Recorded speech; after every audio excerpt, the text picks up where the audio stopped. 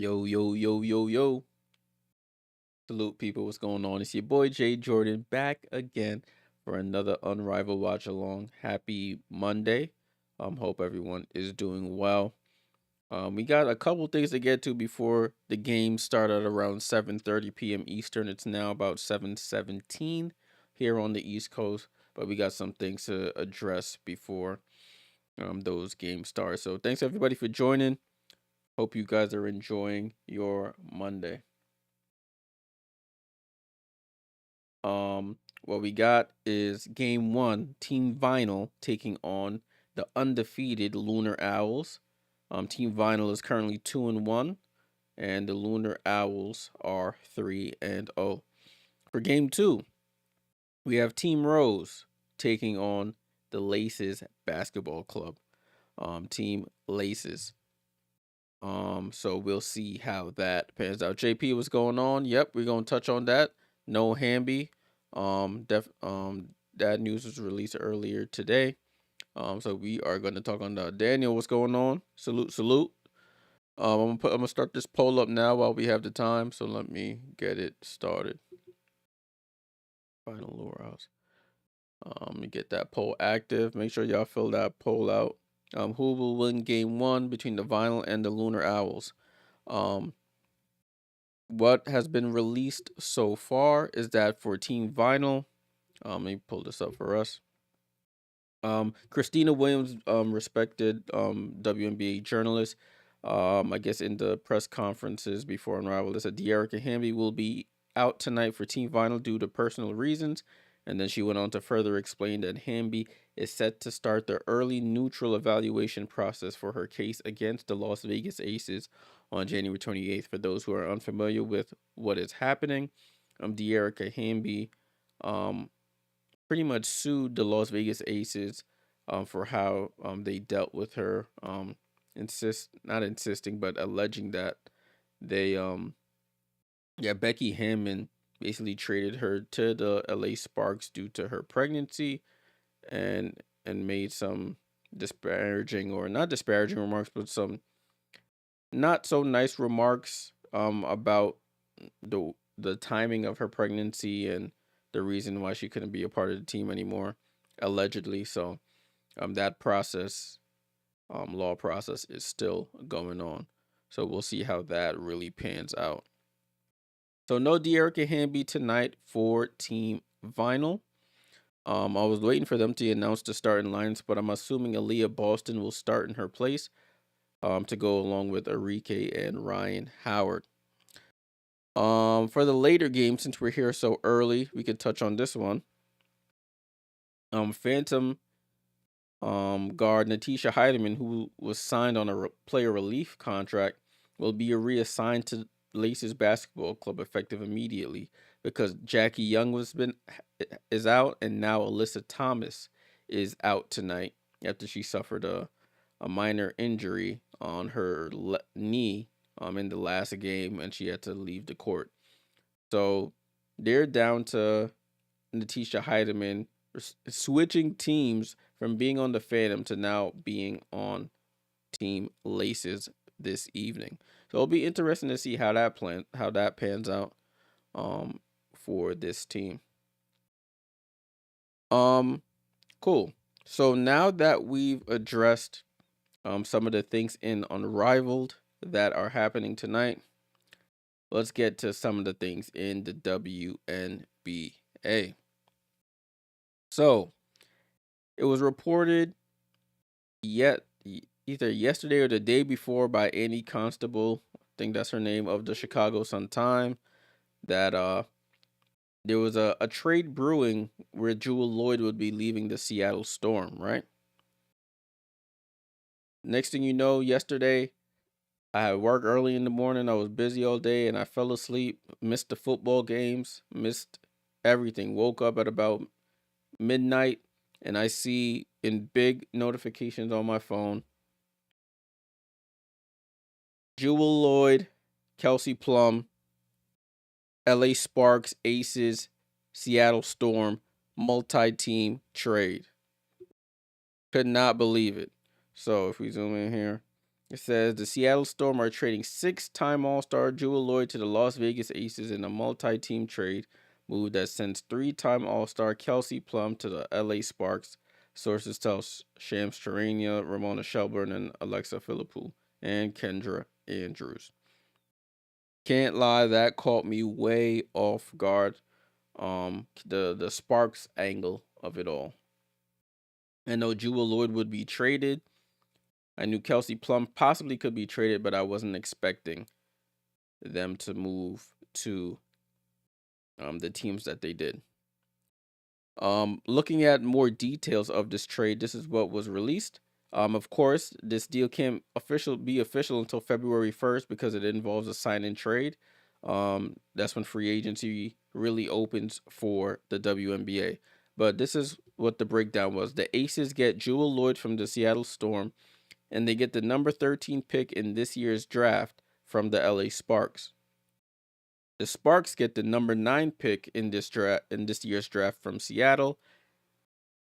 They get a 2026 second rounder from Seattle, and of course Kelsey Plum from the Las Vegas Aces. The Storm get the number 2 pick in this year's draft from the Los Angeles Sparks. They get Lee Rue, who's a backup center for the Sparks, and they also get a 2026 first round pick from Las Vegas. Hope you guys can understand that. So there was a lot of discourse about what this trade really entailed and who fleeced who. And anytime there's trades, people are always looking for a winner and a loser. But I think in this trade, it depends. It really depends on the I guess the team's thinking and what they have planned for the future, or if they're planning for the future or they're planning for right now. So for the Storm, we'll start off with the Storm. So the Storm, they had a asset in Jewel Lloyd, who was drafted to the team back in 2015. So it's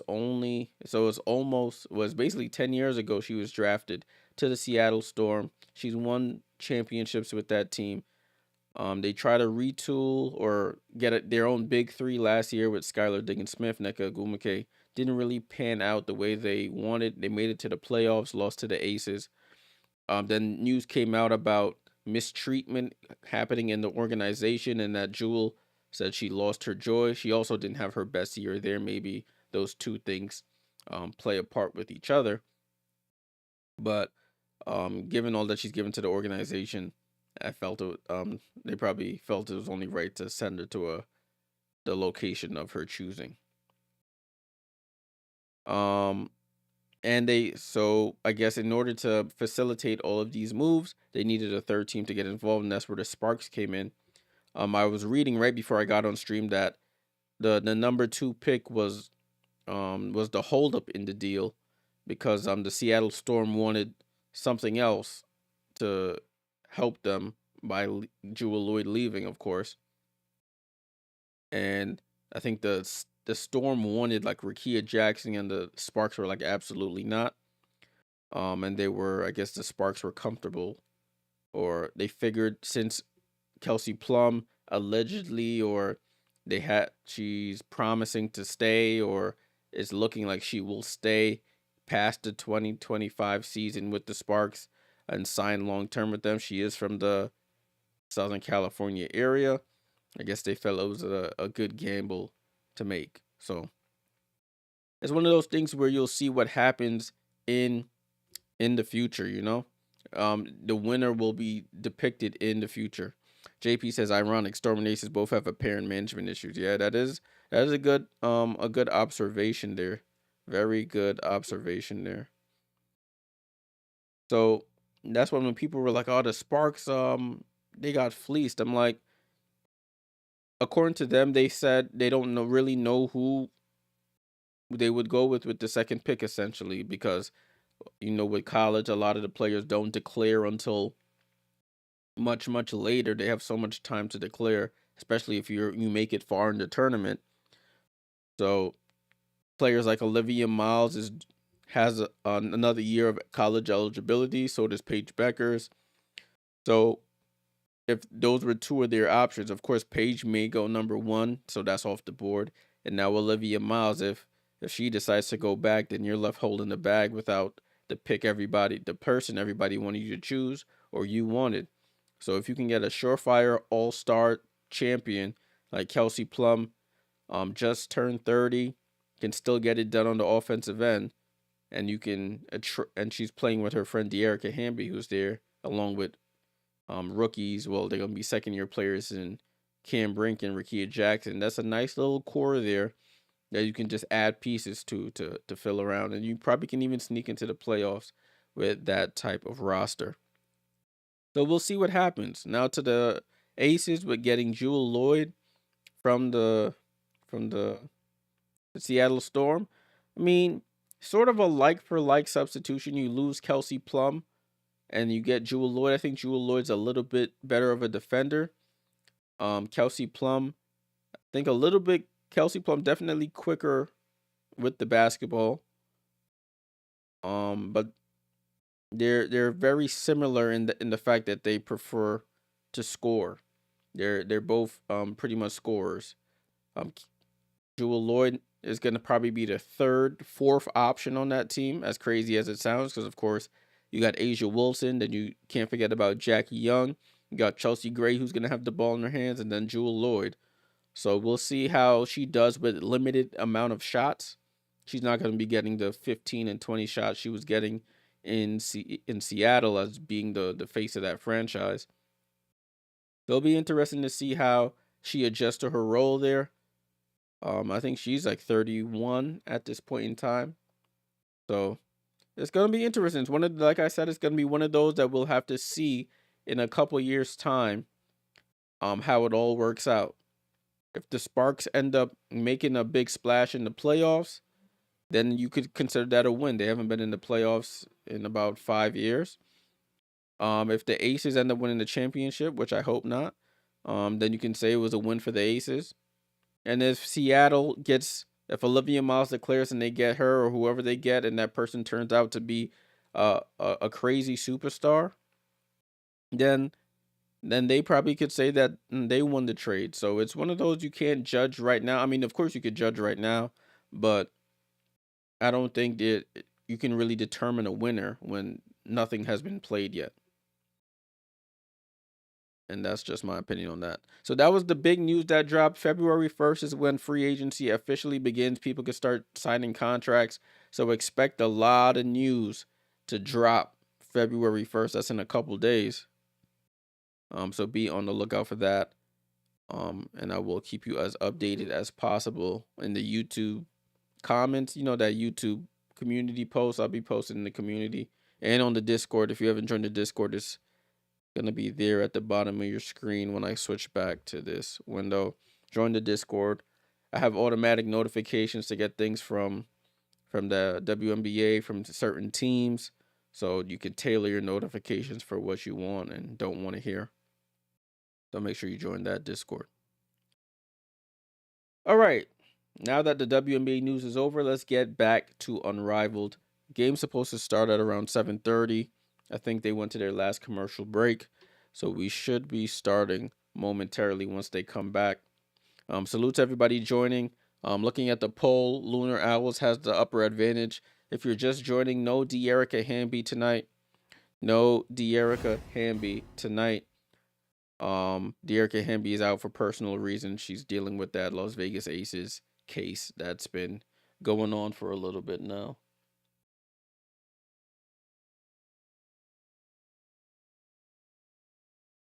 All right, so Lunar Owls 3-0, Vinyl 2-1. Let me take another look at this poll. Let me see what the details look like. So 40% say Vinyl, 60% say Lunar Owls. Broadcast is starting.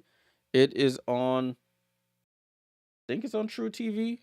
Let me verify before I'm spreading false information here. Game is on TNT, excuse me. Game is on TNT. Tudo, what's going on, bro? Salute. What's good, bro? Game is on TNT in the USA, TSN Plus in Canada, and on YouTube if you're somewhere else in the world. If you missed last game, Nafisa Collier had a hell of a game, 37 points, 18 rebounds. That's a unrivaled high in both categories. She is Unrival's leading scorer right now through 3 games. She is on another planet right now.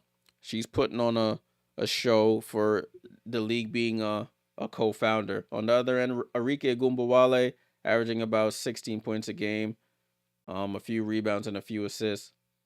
She's gonna have to play a much bigger part in today's game if they want to pull off a win against this undefeated team.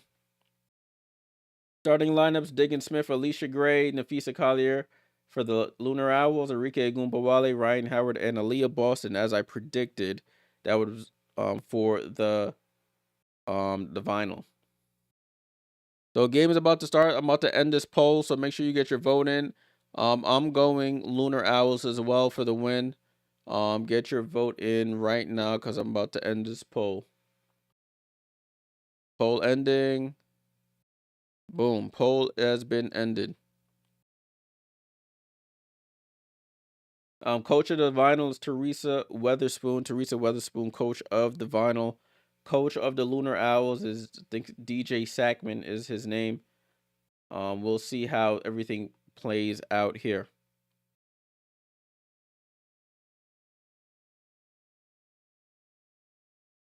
As always, guys, I know a lot of people like to join to listen to this, watch the stats.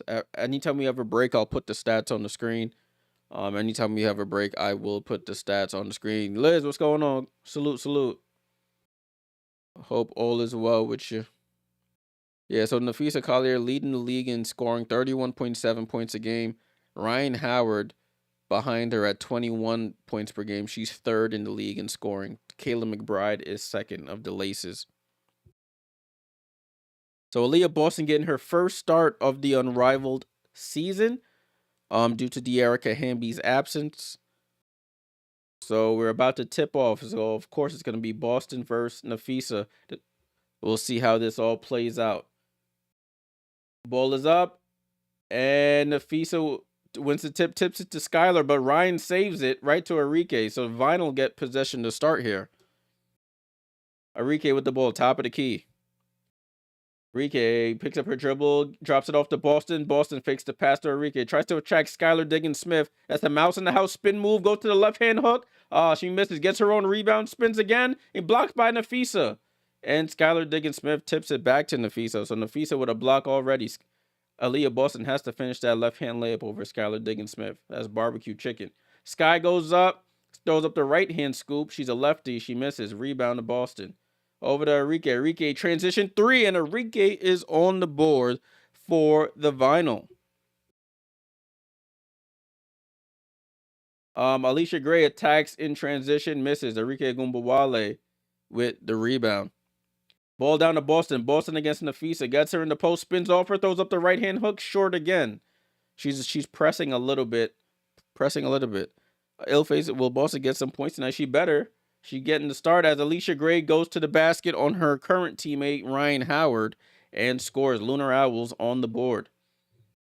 Ryan Howard bringing it up court. So Alicia Gray and Ryan Howard guarding each other, the two Atlanta Dream teammates. Arike to Boston. Back to Arike. Arike to Boston. Boston at the foul line. Jump shot is short. Aaliyah Boston is short on her first 4 attempts so far. Skylar Diggins Smith shoots the 3. She knew she missed it. Chases her own rebound down.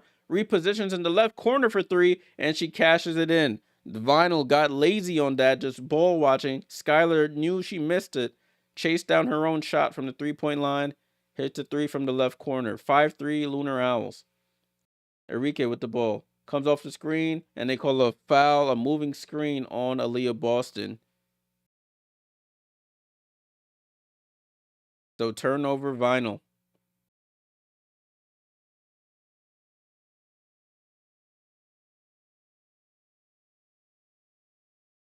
So Team Lunar Owls with the ball. 5 minutes, 5 seconds to go here in the first quarter.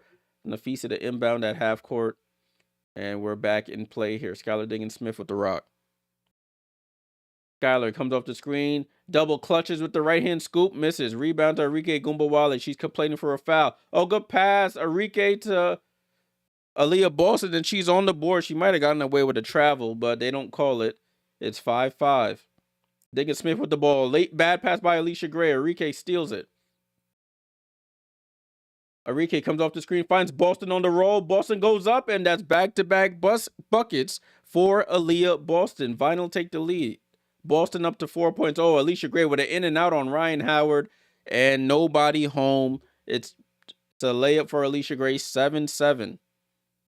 Man, they going back and forth here, y'all. Back and forth.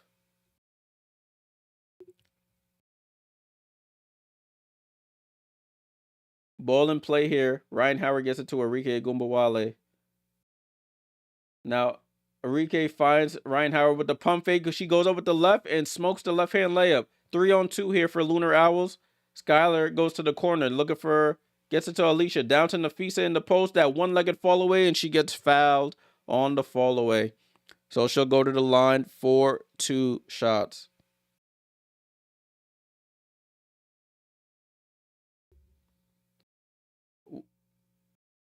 I don't know what they called here. The vinyl bench was a little up in arms here. Did she get a tech?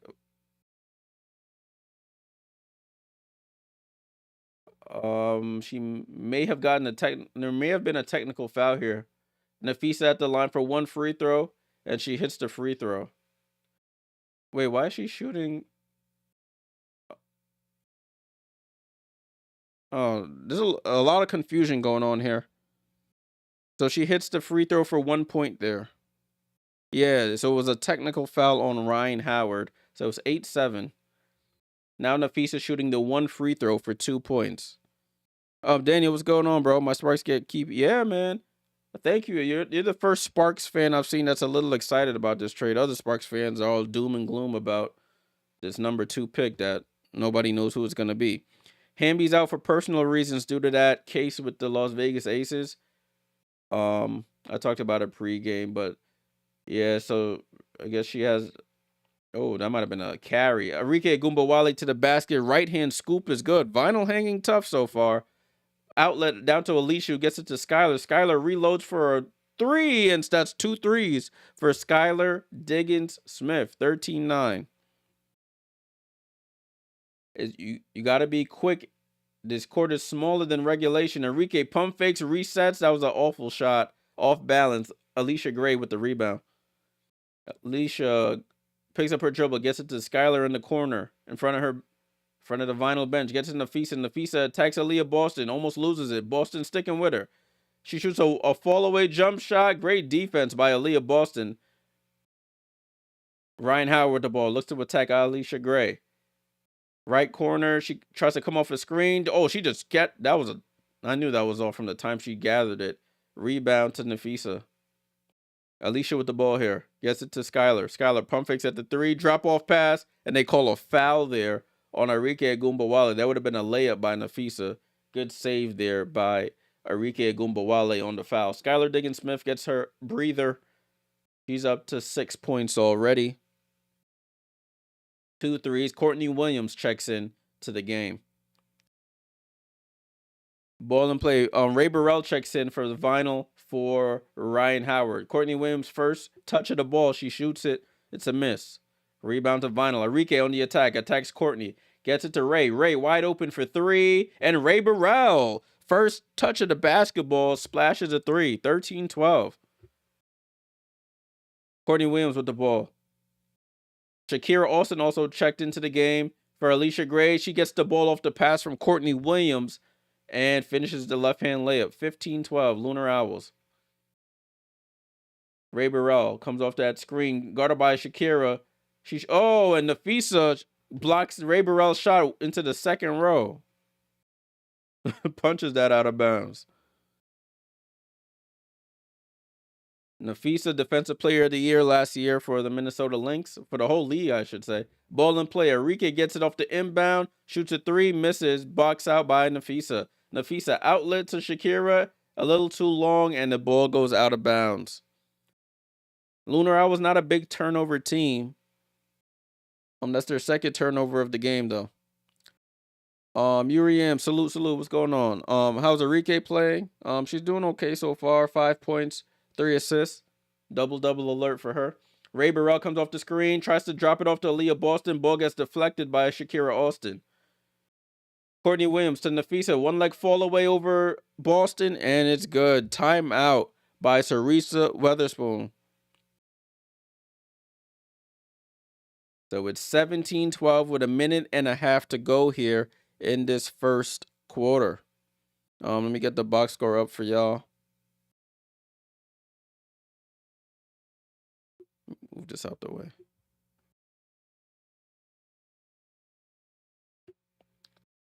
Teresa Weatherspoon said, y'all walking on offense. Turn that corner and get downhill. Y'all walking on offense.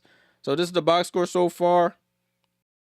You got Ryan Howard, no points so far. Arike Egumbawale, 5 points, 3 assists, 3 rebounds. So she's doing everything right now. But no De'Arica Hamby. Aaliyah Boston missed her first 4 shots. She got the next 2. She's 2 for 6 for 4 points and 3 rebounds. Off the bench, Ray Burrell hit a 3, but she just had a turnover that led to a basket. Lunar Owls, Skylar Diggins-Smith with 6 on 2 threes. Alicia Gray with 4. Nafisa with 5. Shakira with 2. Courtney Williams has not scored as of yet.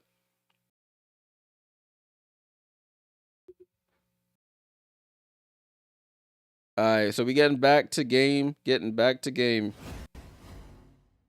Ball in play here with Arike Egumbawale.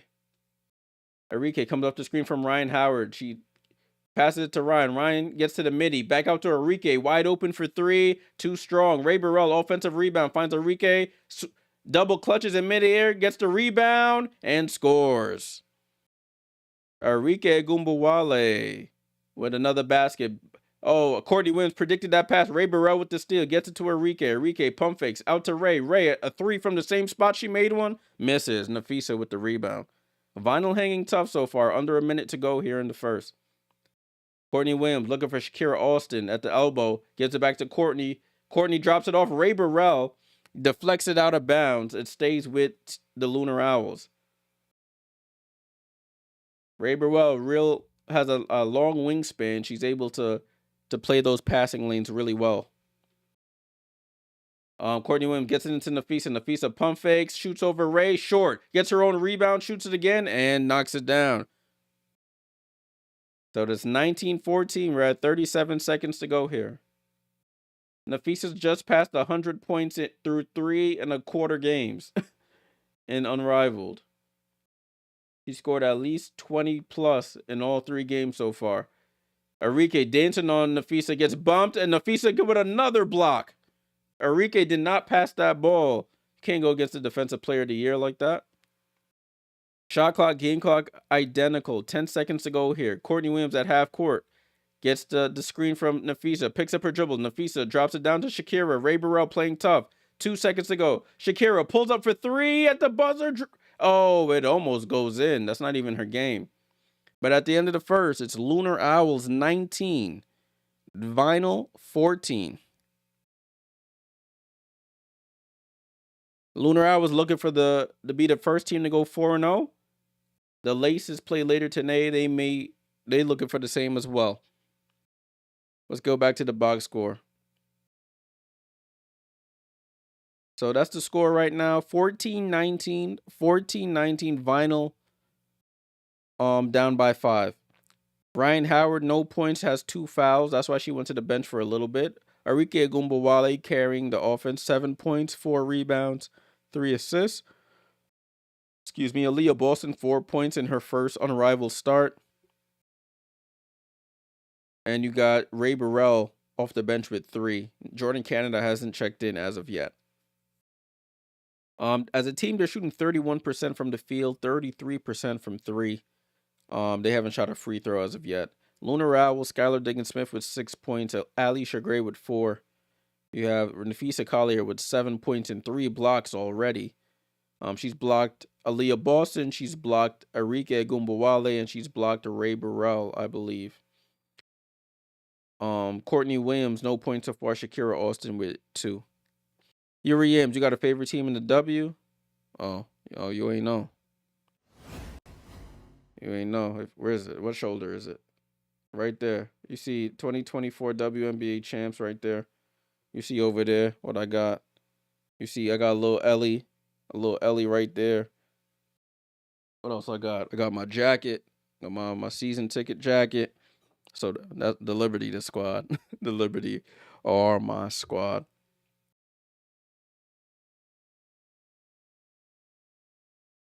All right, so for that first quarter, pretty interesting. I was interested to see how Aaliyah Boston would fit in for De'Arica Hamby. Hamby, of course, a little bit more mobile.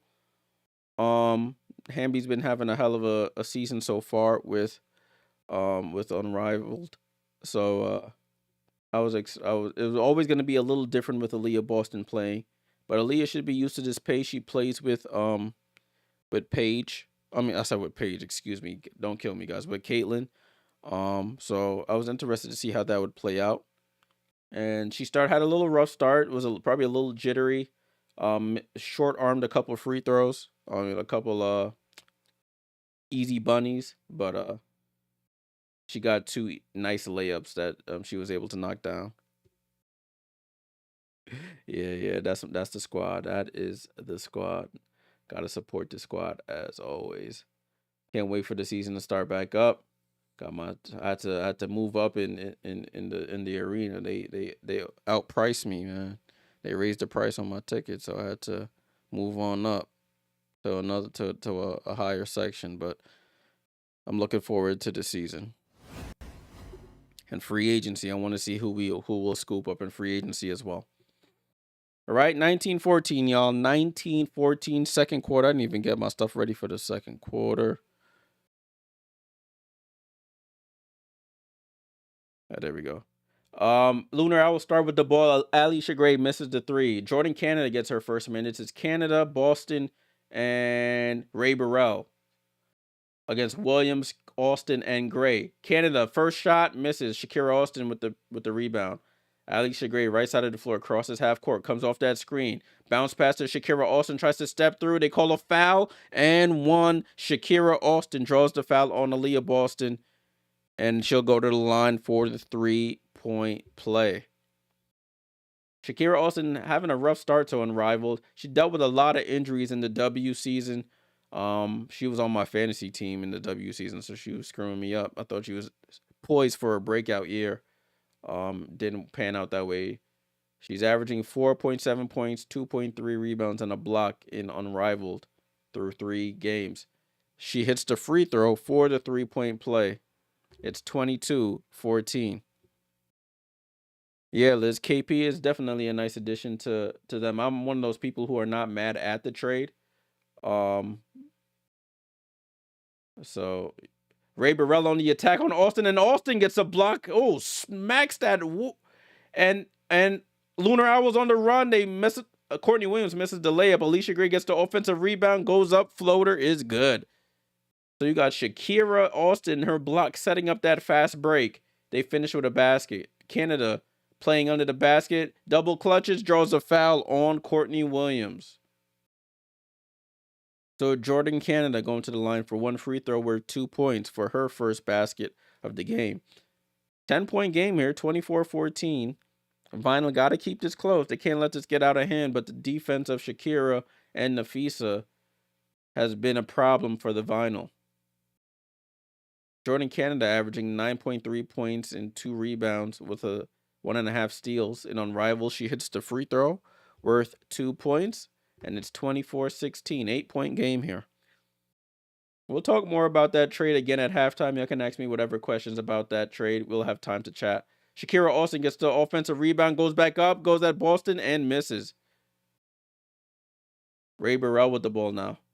Ray Burrell comes off that screen from Boston, gets to the midi, and she banks it in from head on. I don't think she meant to do that, but a basket is a basket. Courtney Williams comes off that screen, rejects it. Gets it to Shakira Austin, who tries to step through on Boston. Left hand layup, misses. Rebound to Boston. Canada over to Ray Burrell. Ray Burrell guarded by Alicia Gray. Ray Burrell in and out dribble, gets into the paint, and she gets fouled by Alicia Gray.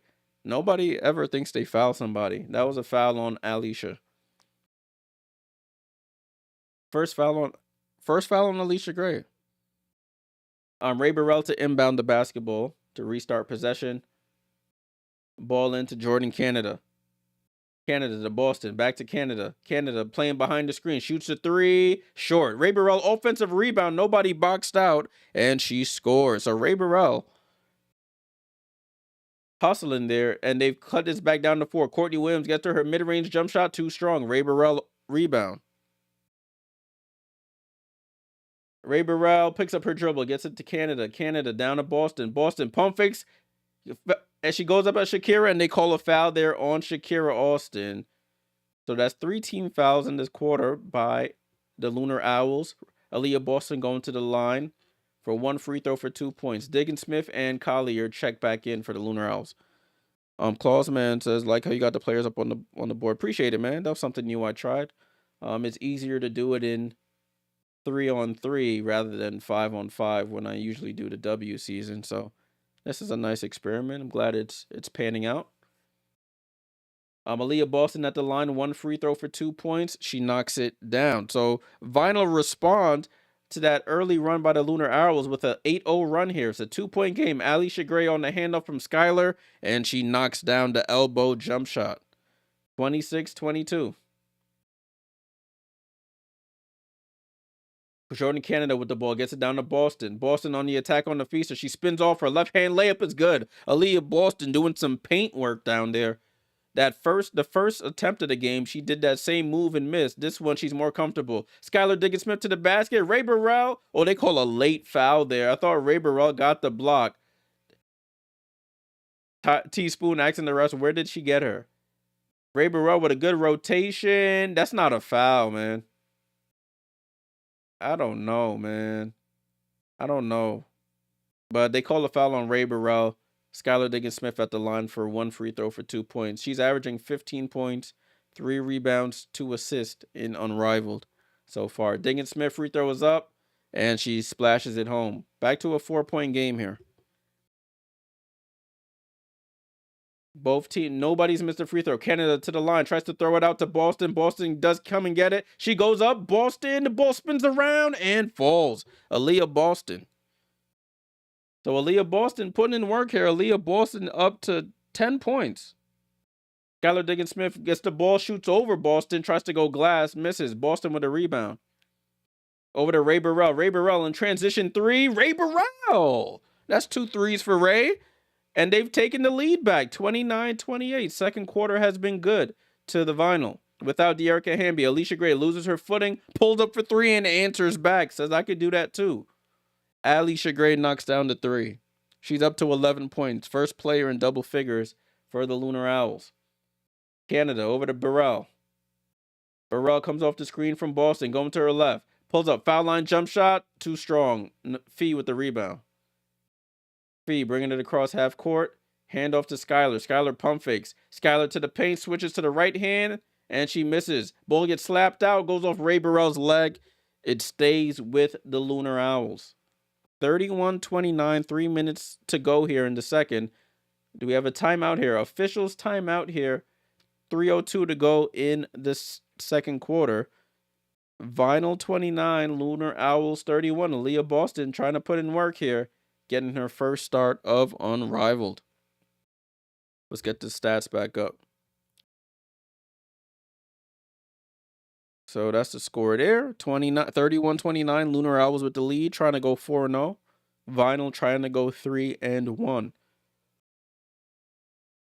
Sorry if I missed the comments. Let me see. JP said, "Love seeing AB using the moves we saw her practicing." Yeah, that's what this league is for. This league, as much as they're competitors and you would want to win, you also want to work on some moves that you wouldn't typically use in a WNBA game. See if you can add it to your arsenal. You know. So I'm glad that the players are trying to do that while also trying to be as competitive as possible. It's just the league was created just to be an off-season, a place for players not to have to go overseas in the off-season. They can stay home, work on their game, have the best amenities on home soil while getting paid a nice sum of money. That doesn't hurt. Does not hurt at all. Salute to everybody in the chat. Appreciate you guys all tuning in. Salute. Appreciate you guys tuning in. I know I say this every stream, but I keep forgetting. I have this thing here. Um, 1 second. I have a highlights channel, guys. I'm gonna put the link to it in the chat really soon. I forgot to pin it before we started. But I post all majority player highlights from Unrivaled on the stream. I mean on the channel after the games, as soon as I can chop them up. So make sure you follow that once I get it up for you. All right, we're back in play here. Back in play. Ball to Skylar Diggins-Smith and Lunar Owls. Nafisa trying to go against Ryan. Ryan slaps it away. Ryan. Nafisa, that one-legged fall away she likes to use, misses. Skylar tips it. It goes out of bounds. That should be vinyl basketball. And it is vinyl basketball.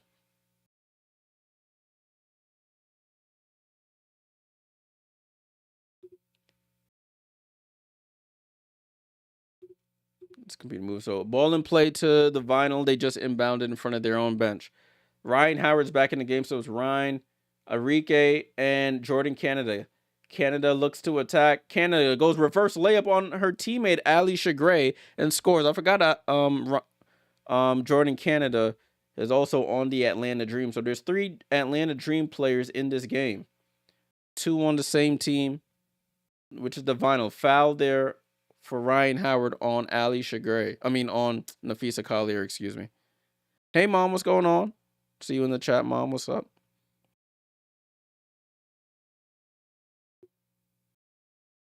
So it's 31-31, 2:28 to go here. Lunar Owls to inbound. They get it down to Phee. Phee tries to attack Ryan Howard, shoots over her. Yeah, that's easy. Too easy. 33-31, Nafisa Collier gets the basket. Enrique Gumbawale brings it up court, guarded by Skylar Diggins-Smith. Handoff to Jordan, to Ryan, back to Jordan, back to Ryan. Ryan for 3, misses. Rebound to Alicia Gray. Alicia to Nafisa, back to, and they call a moving screen there by the Lunar Owls. Foul on Nafisa.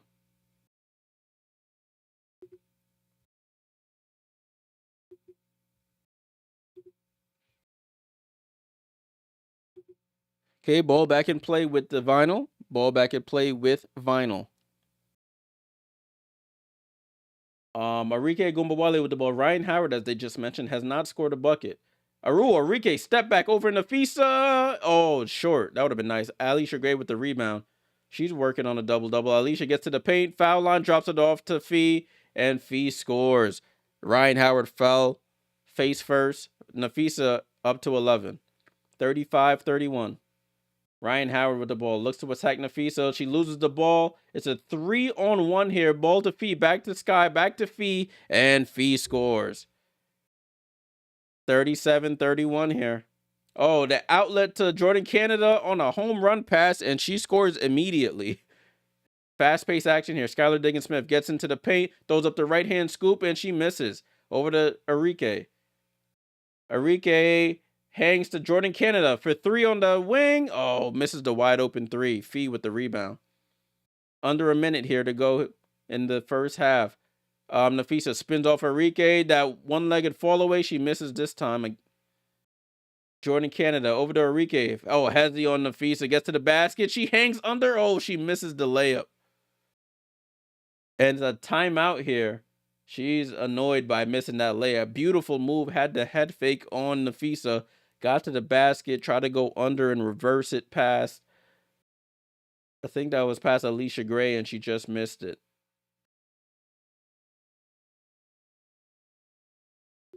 Let me post this here.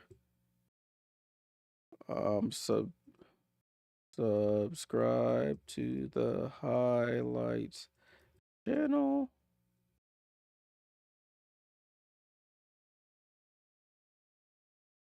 And I'm gonna pin that comment. Make sure you subscribe. Yeah, if she would have finished that late, that would have been nice. What's good, TM? Salute to you, my guy. And make sure y'all subscribe to that channel. Sorry, let me get the box score up for y'all right quick. Oh, I can't show you. There we go. So we got Ryan Howard still hasn't scored. Enrique with 7 points. Aaliyah Boston and Ray Burrell with 10 each. Jordan Canada with 6. They're shooting 3 for 11 from 3, which isn't the greatest. Skylar Diggins-Smith with 8. Ali Shagray with 11. Phee with 13 and 8. She's on double watch again. Courtney Williams hasn't scored on her 4 attempts. Shakira Austin with 5.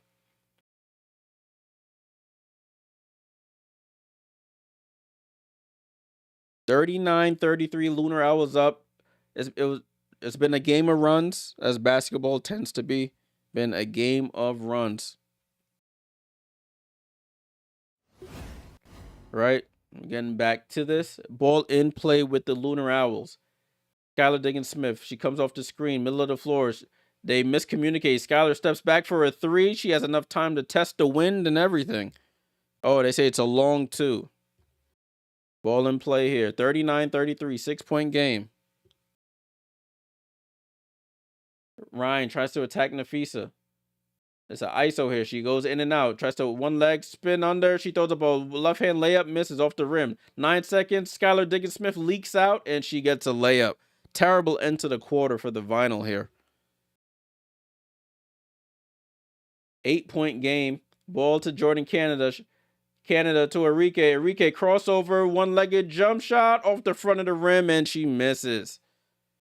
So the Lunar Owls end the quarter on a nice little run to push this lead back up to, what's that, 8.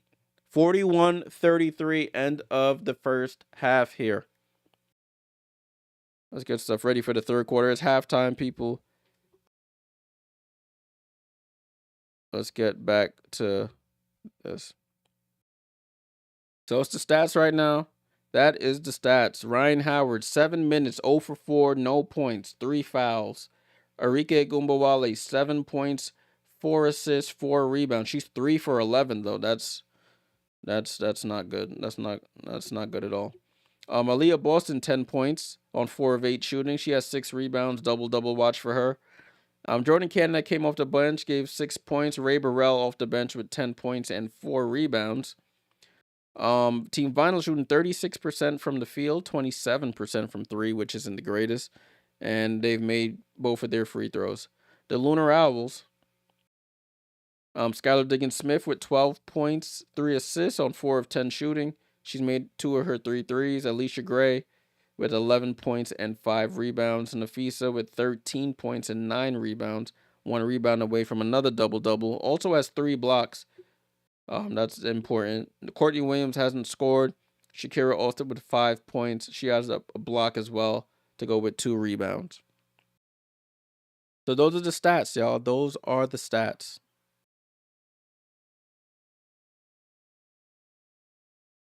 Remember, this is just game 1. Game 2 starts at about 8:30. They usually run a little late, so it'll probably be more like 8:40 or so. So make sure you stay tuned in for game 2. Laces, who are undefeated, looking to get another win. They'll be taking on the Team Rose, looking for their second win. They're 1-2 right now. So they're trying to finish this week 2 at 2-2.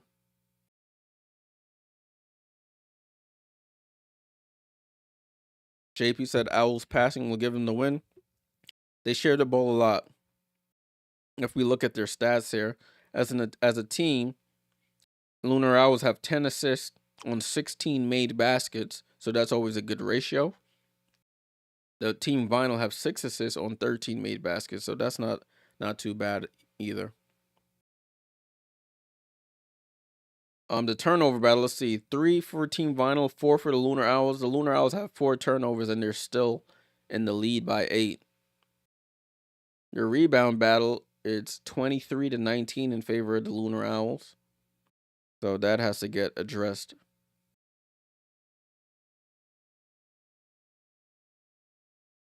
All right, so about that trade, I know we have some time during halftime. We could talk about the trade.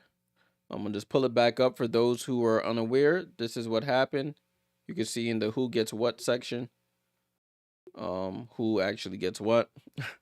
The Aces get Jewel Lloyd from the Seattle Storm, and they get the number 13 pick in this upcoming draft from the LA Sparks. The Sparks get Kelsey Plum from the Las Vegas Aces.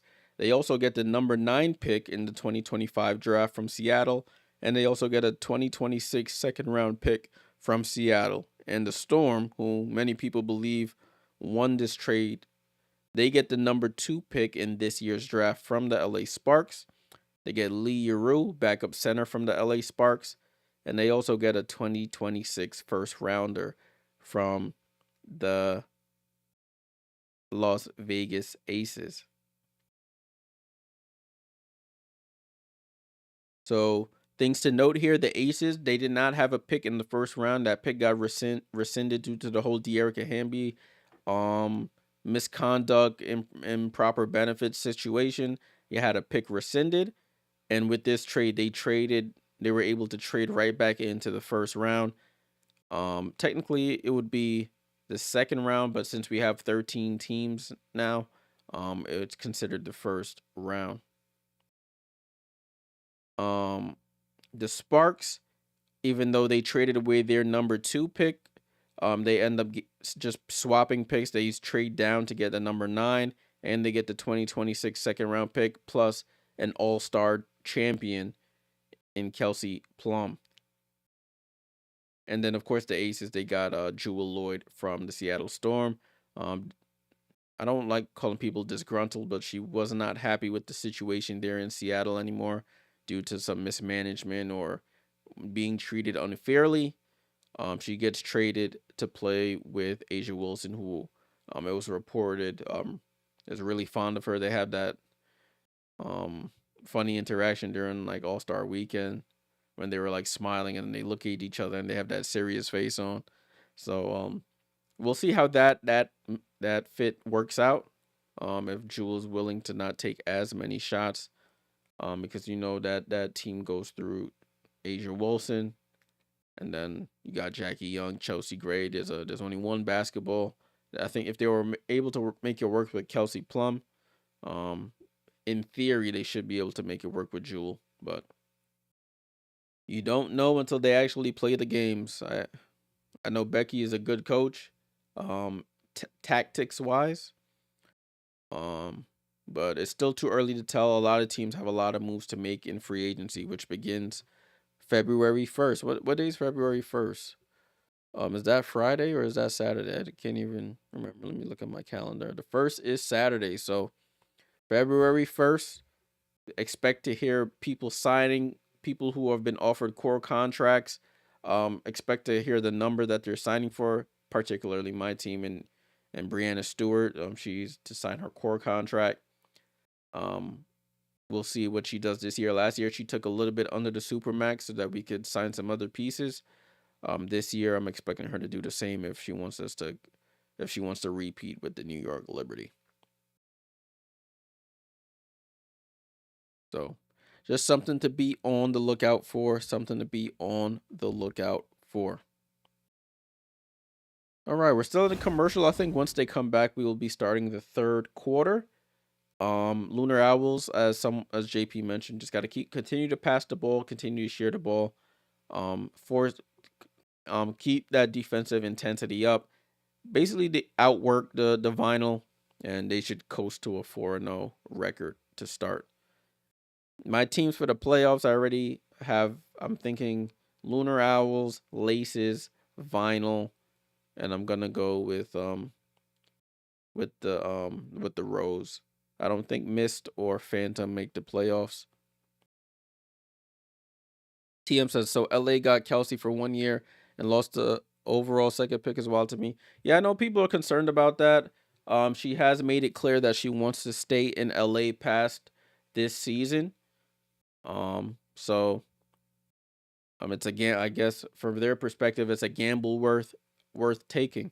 If she's said that she wants to stay in LA long term, and you have an opportunity to get a star, people like players were not lining up to go to LA, you know. So if you have the opportunity to get a star who is still in her prime, I would say, to go along with your young pieces in Rakia and Cam. You got De'Erica there. You got Julie Alamon coming back from overseas and her injury to come play. And then you fill out your bench with some other players, solid players, particularly some defensive players as well. I think the Sparks can sneak in as a 8th seed, 7th, 8th seed to the playoffs if they do all of those things, or they might even overachieve. But if you, they must know that Kelsey Plum has must have made it known to them that she intends to be in LA long term. So you take a gamble, just like the draft. You take a gamble on a player and hope they pan out.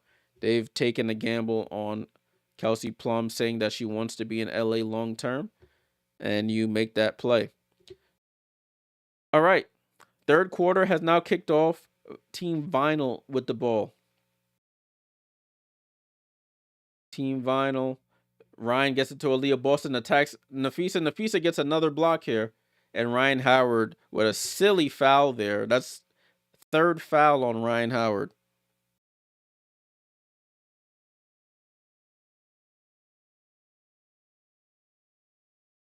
Ryan Howard has not scored a bucket yet. Ball in play here with Team Lunar Owls. Skylar Diggins-Smith, lob pass to Alicia Gray. She dribbles back out, gets the screen from Nafisa. Bounce pass. Aaliyah Boston gets a hand on it. Nafisa picks it up. She shoots the jumper over her. Misses. Rebound to Agumbawale. Crosses half court, guarded by Skylar Diggins-Smith. Ball to Aaliyah Boston. She stops at the foul line, picks up her dribble. Shouldn't have picked it up. Gets it to Enrique. 5 on the clock. Enrique to Boston. Oh, good pass from Enrique Agumbawale to a cutting Aaliyah Boston. She scores the basket. That was a nice lob pass there from Agumbawale. Alicia Gray shoots over Ryan Howard. She did her thing on defense. Aaliyah Boston saves it. And Vinyl has a chance to cut back into this. Enrique gets the ball slapped from behind. She recovers it, shoots the midi, and misses. Ball rebounded by Nafisa. Nafisa with the double-double again. Alicia Gray gets tripped up. She goes to the basket, scores on her other South Carolina alum, Aaliyah Boston. 43-35. Ryan Howard off the screen. Picks up her dribble. Gets it to Boston. Back to Ryan. Ryan on the attack. Ryan dribbles into Alicia. Tries to go glass. Gets her own rebound. Shot clock resets to 12.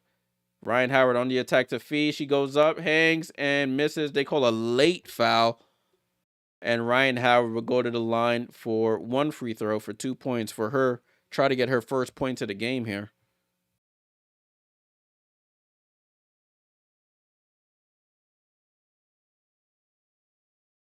So Ryan Howard looking for her first points of the night. Courtney Williams does not agree with that foul call from the bench.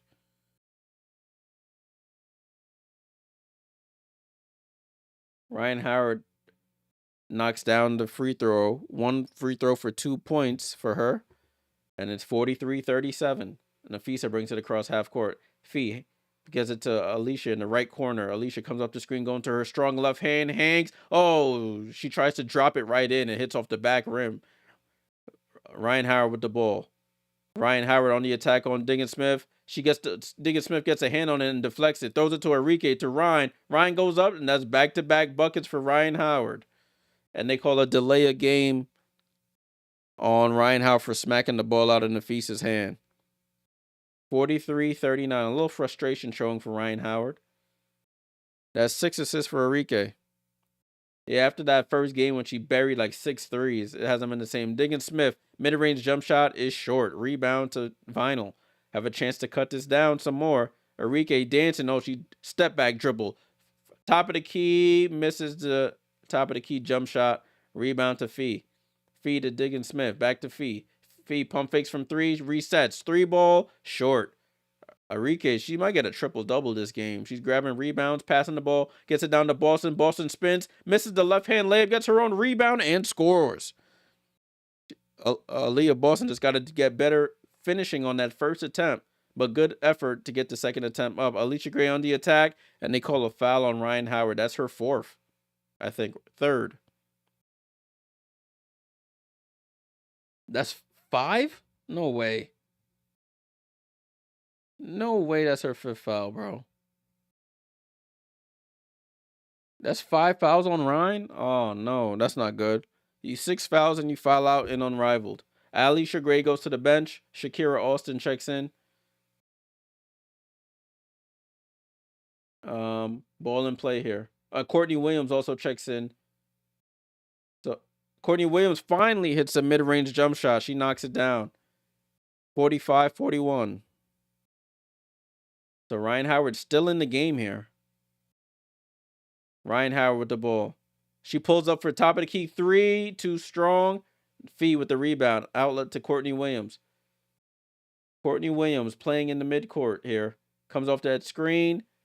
Hands off to Shakira. Shakira go pump fakes. Yes, it's to Courtney. Mid-range jump shot from the baseline is good. Timeout there. Timeout called by Teaspoon. The thing with Vinyl, they come all the way back, get it within 2-3 points, and then the Lunar Owls go on a run of their own. 6-point game here, 47-41. Third quarter.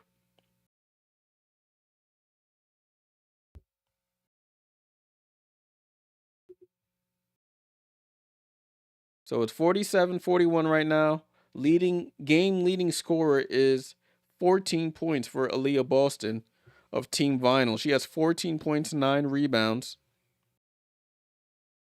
For Team Lunar Owls, you have 2 players in 13. Nafisa and Alicia Gray. You have Skylar Diggins with 12. Courtney Williams with 4. Shakira with 5. Ray Burrell had 10 points for Team Vinyl. 4 points for Ryan Howard. She has 5 fouls. 7 points for Arike Agumbawale. 6 for Jordan, Canada.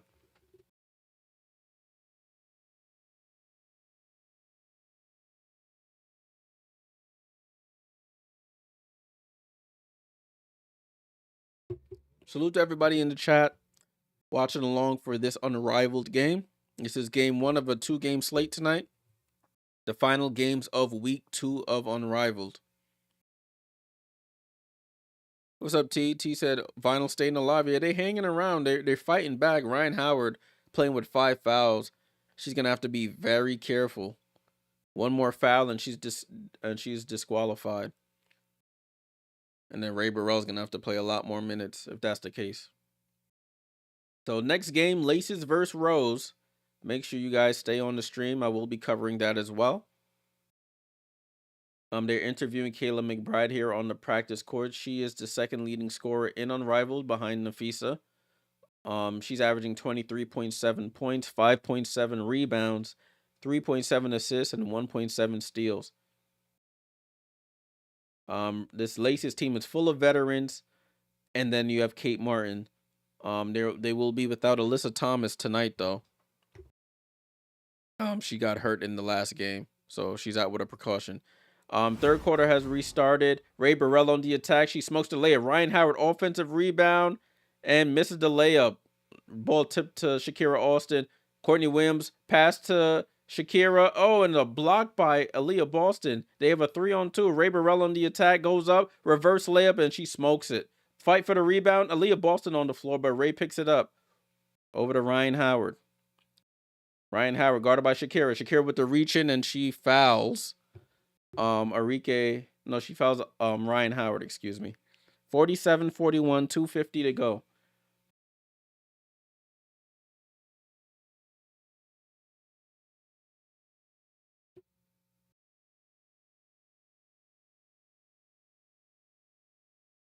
So Canada's checked into the game. It's Canada, Burrell, and Boston. Boston to Burrell. Burrell pulls up for 3, and they say no foul. Burrell's on the floor. They have a 3-on-2 here. Courtney Williams to Shakira. Shakira, they had the advantage. Shakira tried to bounce pass it. Kick ball by Aaliyah Boston.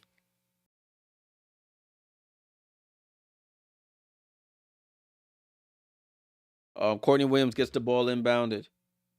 Courtney Williams tries to come off that screen, finds Nafisa on the roll to a rolling Shakira. Shakira against Boston goes up, right hand layup. She smokes it, and they call a late foul on Boston.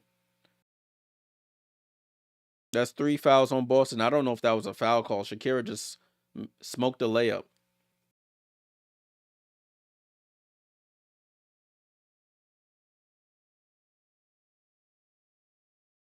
I don't know if that was a Nah, that was a little soft to me. But Shakira Austin at the line for one free throw for 2 points. She has 5 points and 3 rebounds tonight so far. Free throw is up and good. Shakira Austin knocks down the free throw for 2 points. It's back to an 8 point game. This is what I'm saying about Team Vinyl. They cut it down and then they just give up another run. Aaliyah Boston to Jordan Canada shoots over Shakira short. Nafisa with another rebound over to Courtney Williams. Williams with the ball. She wants to screen. They get it to Nafisa. Nafisa lines up for a three and she misses. Fight for the rebound. Ray Burrell gets it. Burrell, transition three. She pulls up and too strong.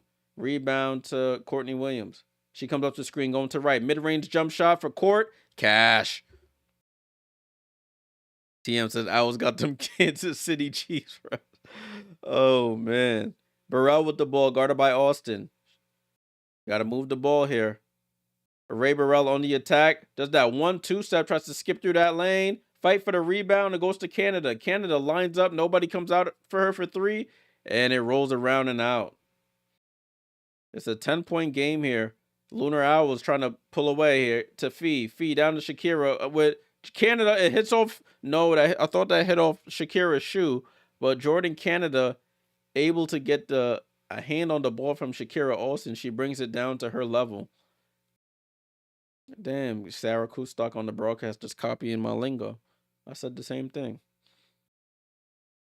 Ray Burrell goes to the bench. She took some ill-advised shots in these last couple possessions. Alicia Gray with the ball. She's checked back in. Alicia Gray on the attack. She just cups it and throws it up with one hand. This might be the largest lead of the game. 53-41. A minute to go here in the third quarter. Remember, the fourth quarter is untimed. Good give and go between Aaliyah Boston and Canada. Oh, she misses the layup. Courtney Williams in transition, pulls up the midi, misses. Canada with the rebound. Canada to Arike Gumbawala. She pump fakes. Could have had a three, but she decides to slow it down. Canada over to Boston. Boston baseline, back to Canada. Down to Boston in the post. She does like a turnaround jump shot, short. Vinyl running out of steam here. Courtney Williams comes off the screen, drops it off to her teammate Nafisa, who's a great roller to the paint, and they score. It's 55-41. Lunar Owls running away with this game. Canada with the ball. Canada to Arike. Arike. She pulls up, mid-range jump shot, too strong. Nobody can buy a hoop on Vinyl. This end of this third quarter have done them in here. Courtney Williams with the ball. A screen from Phee. Courtney Williams gets around that screen, hangs in the air, gets her own rebound, goes up. Oh, and then she smokes the layup, the putback, and that's how the third quarter ends. 55-41. So we add 11 to 55. That's 66. The target score is 66 points for the fourth quarter. Target score is 66. Team Vinyl absolutely fall apart in the last few minutes of that third quarter. Let the Lunar Owls extend the lead. They cut it down to about 4-3. The lead is now 14. They could not buy a basket if you gave them the money. Let's take a look at this. 55-41. Vinyl on their way to 2-2. Lunar Owls on their way to 4-0.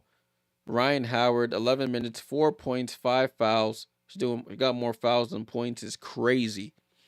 Arike Gumbawale, 7 points, 8 rebounds, 6 assists. She's 3 for 14, so she hasn't really helped them scoring the ball. She's been passing and rebounding, but they need a scorer. And you and Ryan not doing it is not going to be good for you. Aaliyah Boston, team high, 14 points. She still has the 9 rebounds. Jordan Canada with 6 points. She hasn't scored since the second quarter. Ray Burrell with 10. She hasn't scored since the first quarter. Second quarter. She's 4 for 13. So as a team, they're shooting 28%. That ain't gonna get it done against a team like the Lunar Owls if we keeping it 100, 20% from 3, not getting it done. And they're not turning the ball over as much. They only have 3 turnovers. but they can't throw a rock in the ocean. Skylar Diggins-Smith, 12 points. Not her most efficient night, 4 of 11, 3 assists. Alicia Gray with 15 and 5 rebounds. You got Nafisa double queen, 15 points, 16 rebounds, 3 blocks. Courtney Williams, 6 points. Shakira with 7. How much time is left? Spooky. It's an untimed fourth quarter. So the first team to 66 will be the winner. The fourth quarter, there's no time limit.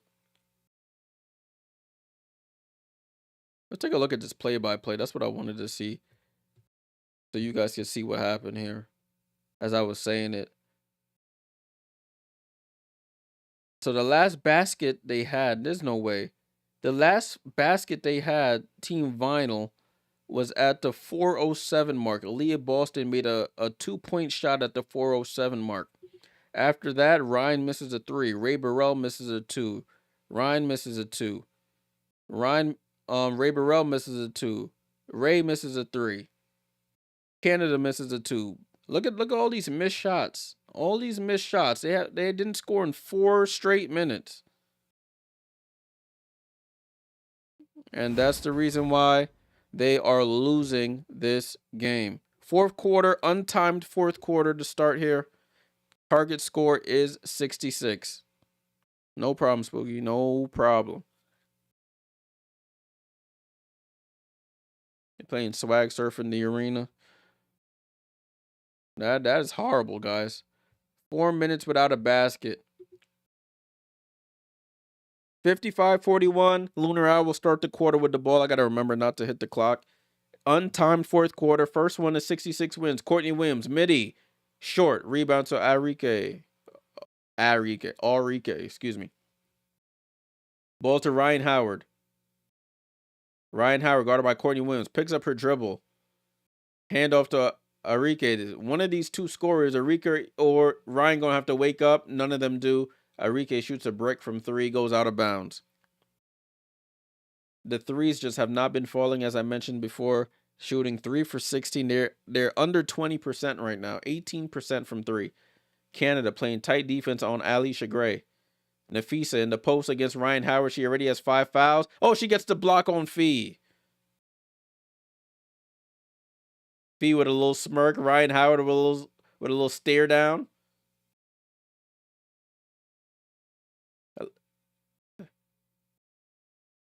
Courtney Williams down to Phee. Phee tries to go right back at her, and she says, "Yeah, you can't keep a good man down. If you know, you know." She hits the 5-footer. It's 57-41. In this case, good woman. Oh, Ryan goes right back at her. Phee has to intentionally foul. She knew she was barbecue chicken on that in and out dribble. No man is an island. What's the point on Alicia Gray? De'Arica Hamby, Eli is not playing. De'Arica Hamby's out for personal reasons in this game. Alicia Gray with 15 points. Ryan Howard gets it to Arike, who gets it to a cutting Canada, who scoops it in and scores. 57-43 here. Vinyl have to get stops. They can't trade basket for basket. Alicia Gray gets blocked on her 3-point attempt. Arike with a rebound. She's pushing in transition, attacks Nafisa. One-legged fall away, drops. So a quick 4 for Vinyl. There's no time here, so you just have to put the ball in the basket. Skylar Diggins-Smith off the screen, gets it to Alicia, top of the key, 3, front rims it. Jordan Canada tips the rebound to herself. Let's see if they get another basket. They may call a timeout if she scores here. Canada, guarded by Diggins-Smith. Arike gets the ball. Top of the key. Pump fakes Nafisa Gardner. Long arm of the law. Arike. Ooh. Step back. 3. Oh, Arike. Step back 3. And Vinyl on a run here. It's single digits. 57-48. Arike scored the last 5. Alicia Gray on the attack. And they call a foul there on Arike Agumbawale. So Alicia Gray would go to the line for 1 free throw for 2 points. Yeah, she was holding her arm. Holding her arm crazy. So Alicia Gray at the line for 1 free throw for 2 points.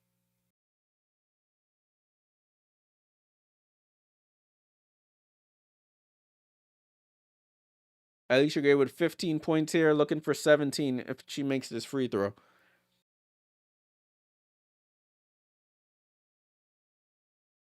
Free throw is up and good for Alicia Gray. 59-48, back to 11-point game. 7 points for Lunar Owls to win. Ryan Howard shoots a 3. Oh, and Ryan Howard finally decides to hit a 3 here.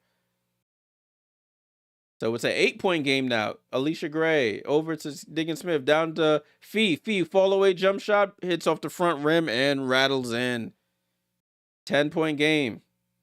They can't trade baskets here. Arike with the ball. Left side of the floor. Guarded by Phee now. Looks to attack her. Gets around her and Phee with an intentional foul.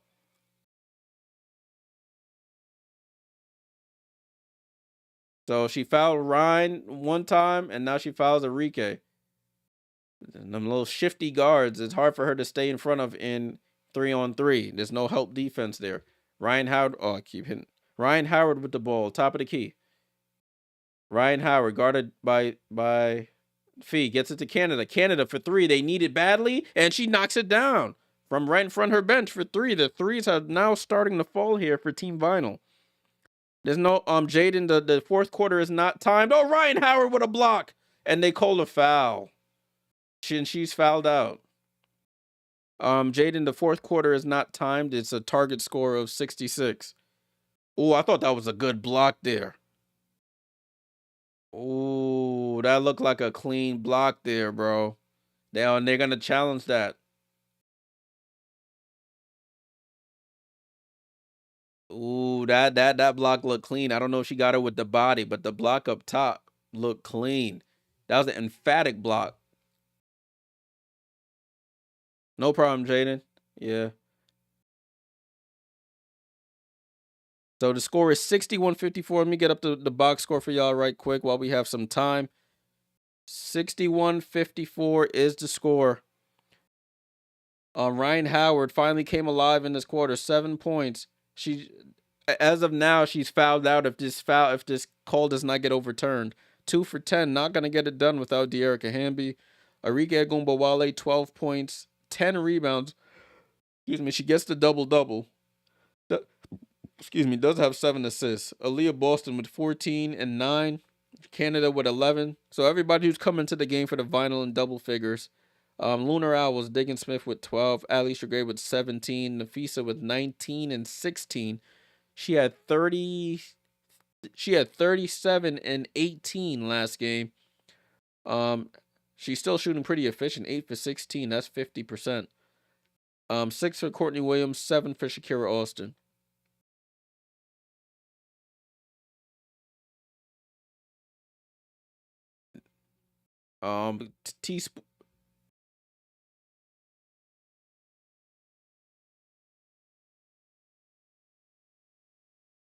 Teaspoon trying to encourage her players here.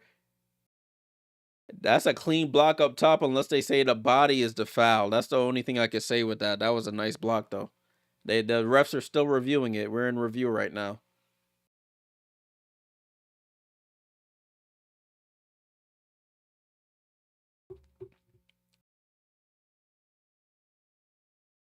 See, he's saying on the broadcast they're saying it's her 5th foul. On the website it's saying 6th foul. So I don't know who to believe.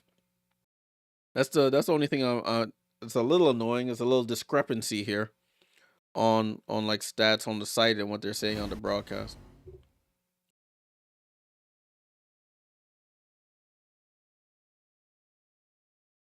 Shakira and Courtney Williams over here doing TikTok dances on the bench. Oh yeah, she got her with the body. That's what it was. It was the body.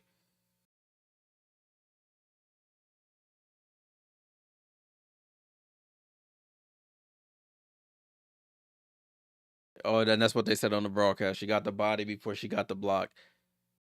So Skylar Diggins at the line for 1 free throw worth 2 points to push them 3 points away from going 4-0 if she hits this. Diggins Smith, they haven't missed a free throw. Does she miss? No, she does not. She knocks it down. So it's 63-54. Owls within 3 of the win. Vinyl gonna have to get a bunch of stops. That's very unlikely. Canada on the attack on Diggin Smith, and there's a reach in on Diggin Smith. That should be like 4 fouls in the quarter. Oh, they say it's third.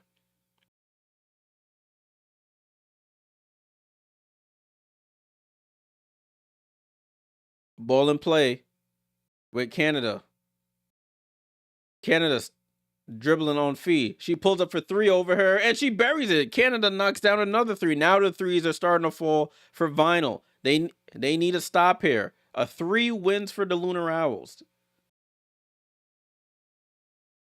Skylar Diggins-Smith comes off the screen to the basket, and they take the 2. 1 point away for the Lunar Owls from winning. Arike with the ball, guarded by Phee. It looks like everybody trying to attack Phee now. Arike dribbles in front. She might have carried, throws up the jump shot, short off the rim. A basket wins. Alicia Gray pulls up mid-range jump shot. Game, set, and match. Lunar Owls win the game 67-57. Lunar Owls move to 4-0. First team to go 4-0 this season. Let me update their record on my thing. 4-0. Vinyl move to 2-2. They put up a hell of a fight, but just ran out of gas. They just could not get the needed stops when they needed to. TM says Vinyl made a hell of a run, just too late. Yeah, they started hitting their threes too late. And just couldn't get stops. Has a couple of miscommunications there. Lunar Owls 4-0. Lunar Owls 4-0. They win the game. Let's take a look at the box score to close this game out here. 40 points in her last 2 games for Alicia Gray. So 57-67 final score here of game 1. Ryan Howard, 7 points.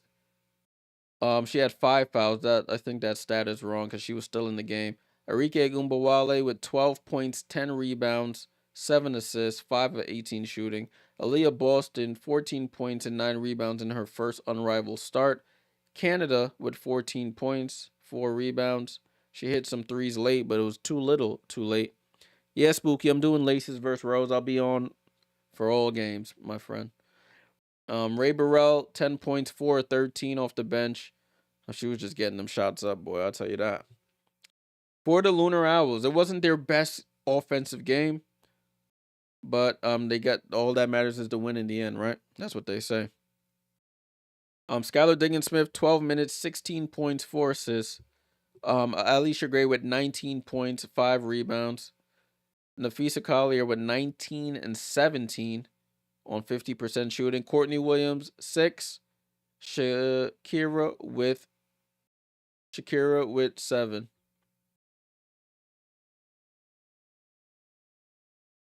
And that is the box score there. Let's take a look at the summary. It might just tell us the same story here. 44% from the field for the Lunar Owls, 33% for the Vinyl. They upped that 3-point percentage in that fourth quarter to 35%. The Vinyl did. Lunar Owls at 33%. Both teams made all their free throws. Lunar Owls won the rebounding battle 39-37. Assist-wise, Lunar Owls with 14 to Vinyl 10. 2 steals apiece for each team. 4 blocks for the Lunar Owls. 1 block for Vinyl. Blocks, turnovers wise, 4 for the Lunar Owls, 3 for Vinyl, and then 12 fouls for Vinyl, 9 for the Lunar Owls.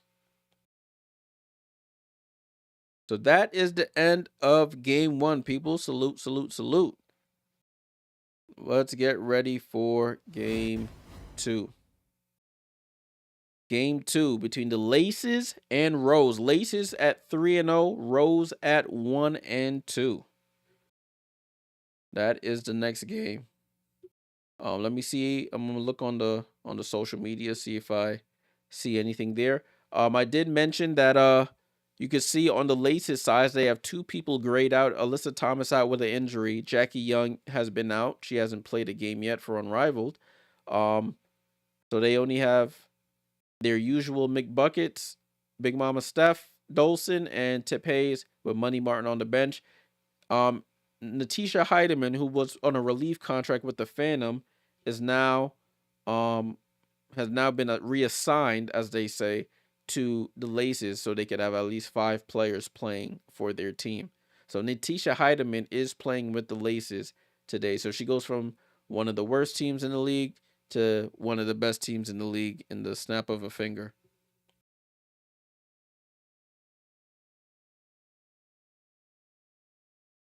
Did you think Reese making? Did you think Reese makes the starting lineup? Yeah, I think Reese. I think they'll keep Reese in there. To stick with Steph Dolson, that's a good matchup there. She may not get a lot of minutes depending on how she's playing, but she'll be in the lineup for sure. For sure. Let me look at Unrivals thing, see if they announced anything as of yet.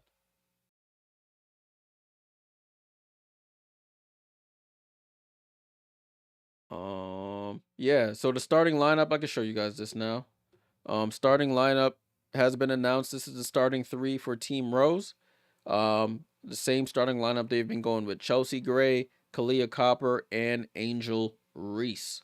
That is the starting lineup for Team Rose. Remember last game, Lexi Hull had a hell of a game, 19 points off the bench, was abusing Courtney Vandersloot. Um, I made a highlight video of her. That video took off on YouTube, man.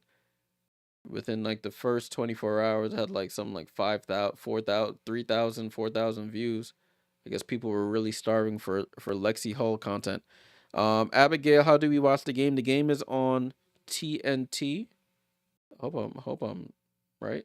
The game is on HBO Max.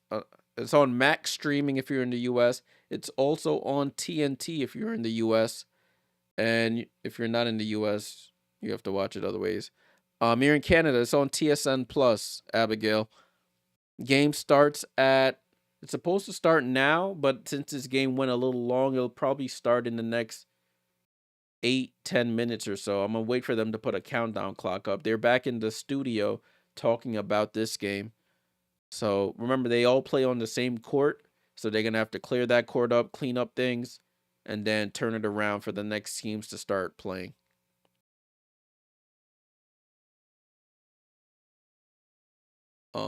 What was I doing? I was trying to find tweets. That's what I was doing. Let me see. Starting lineup. Here we go. So starting lineup for the Laces, Kayla, as I expected, Kayla McBride, Tiffany Hayes, and Steph Dolson. So that's what I had on my screen.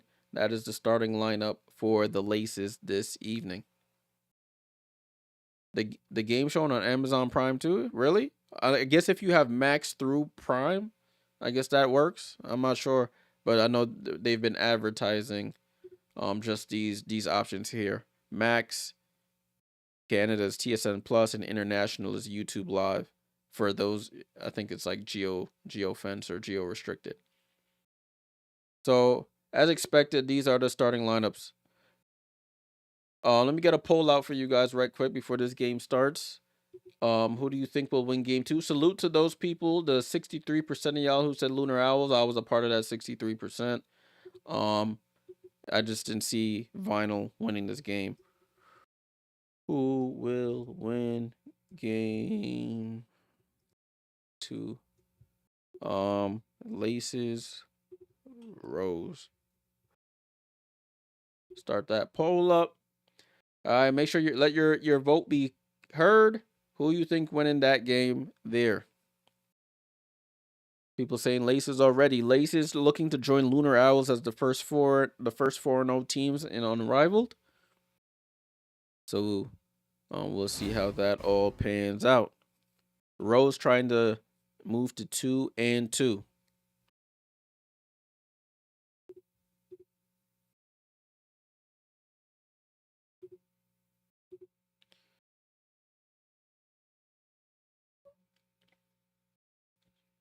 Yeah, I figured you got Max through Amazon. I was like, it's on Amazon Prime. Donovan says, "Hootie hoo, the Owls are undefeated, so now I'm excited for Lacer versus Lunar Owls this weekend." Yeah, that's gonna be a good matchup. Donovan, yeah, no AT tonight. There is no AT tonight. Um, Natisha Heidemann has been reassigned to the Laces basketball club. No Alyssa Thomas, no Jackie Young. So keep that in mind. That's why I put this screen back up. The players that are grayed out are the players that are not available. So keep that in mind when making your vote. Spooky says, how many points do you think Kayla will have? Kayla will have between 18 and 23 points tonight. I know that doesn't really help. All right, they finally put the countdown up, about 3.5 minutes until tip off. So that puts us at about 8:50 p.m. Eastern. 8:50 p.m. Eastern is when they should be kicking off.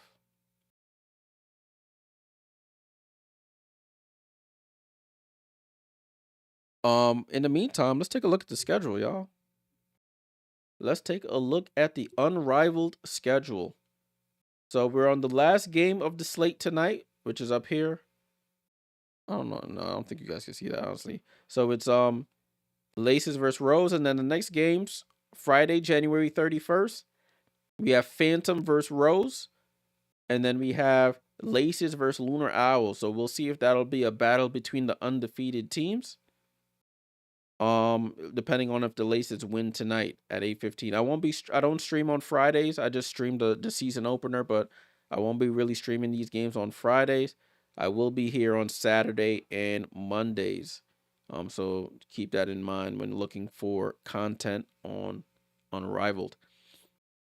On the Saturday slate, we have on True TV, we have the Mist versus Vinyl, and we have Team Rose Basketball Club versus the Laces. So we have a rematch of tonight's matchup on Saturday evening, and then on Monday we have Mist versus Phantom, and then we have the Lunar Owls versus Vinyl. So we'll see how the of course everybody is going to be looking forward to that Laces Lunar Owls matchup, the two teams who have been playing the best so far. I'm expecting that one. I will be keeping eyes on that one. I won't be able to stream, but I will be keeping eyes on that one. I think they're about to start. Yes, they're coming back to the broadcast now. Camille, what's good? Yes, Deerica versus Phee was missed. Um, yeah. So hopefully Phee will be back for that one on Monday. See if Vinyl can get their get back after losing tonight to the Lunar Owls. Hopefully everything goes okay with her case. That's why Deerica Hamby was not available this evening. All right, second broadcast is about to start. They just came back to the play-by-play announcers. So we'll see how that all plays out, how long they go until we actually start the game. Tiffany Hayes, they're highlighting right now. She's averaging 18.7 points, 6 rebounds, 4 assists, 1.3 steals. Tiffany Hayes is 35 years old. She played for a number of teams. She played for Atlanta. She played for Connecticut. She played for Vegas last season. She sort of retired and then came back unretired and had a 6 Woman of the Year season. So salute to Tip. Kalia Copper of Team Rose averaging 18.7 points, 4.7 rebounds, 1.3 steals. It hasn't really panned out the greatest because they're 1-2 right now. Chelsea Gray with the game winner in the last one. Right, starting lineups are on your screen. There they are. Starting lineups are on your screen. As we get ready to start game 2 of the slate, salute to everybody who's here. Make sure you leave a like, subscribe. If you're new here, look at the pinned comment. Make sure you subscribe to that channel. I will be getting highlights out of some of the players from these games this evening who had good games. So be on the lookout. I have some from all the games that have taken place so far. Ending this poll is Angel Reese versus Kayla Steph Dose, excuse me, for the tip. And we're off, people. We are off.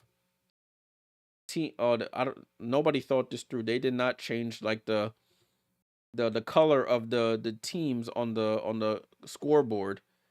So they're both in green. Somebody did not fill this through as Kalia Copper misses the first basket of the game.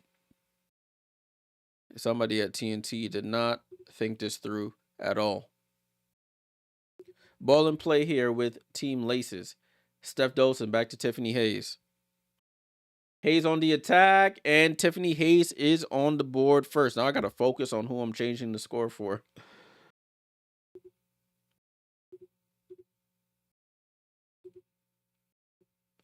Ball with Chelsea Gray. She calls for a screen from Reese. Reese slips the screen. Chelsea Gray snatch back on her teammate, Tiffany Hayes with the aces, and she knocks down the Rose first basket of the game. I can't get to the box score, guys. The website is acting a little funny on Rivals. They're probably doing some updates and crash something. Tiffany Hayes coming off the screen, going left. She throws up the floater, misses completely. Reese with the rebound. Reese over to Chelsea Gray, who walks into a three, and Chelsea Gray knocks down the three. Rose up 5-2. Good start for Team Rose. Yeah, I really can't get to the box score here. That's annoying. Tiffany Hayes on the attack, throws up the floater over Kalia Copper and scores. So Tiffany Hayes with all 4 points so far for the Laces. Copper over to Gray. Wants a screen from Reese. Reese gets the screen. Copper, good pass to Reese. Reese reverse pivots, tries to go up under, picks up her dribble, throws it out to Chelsea. Chelsea, another three. Misses. Rebound to Dolson. Dolson over to Hayes. Hayes picks up her dribble. Nobody to get it to. Gets it to Copper. To McBride. McBride guarded by Reese. Pulls up for three. Quick three over Reese. Misses. Fight for the rebound. Chelsea Gray tips it. It hits off the bottom of the rim. It goes right to Dolson. Hits McBride on the cut. And Laces retake the lead. 6-5.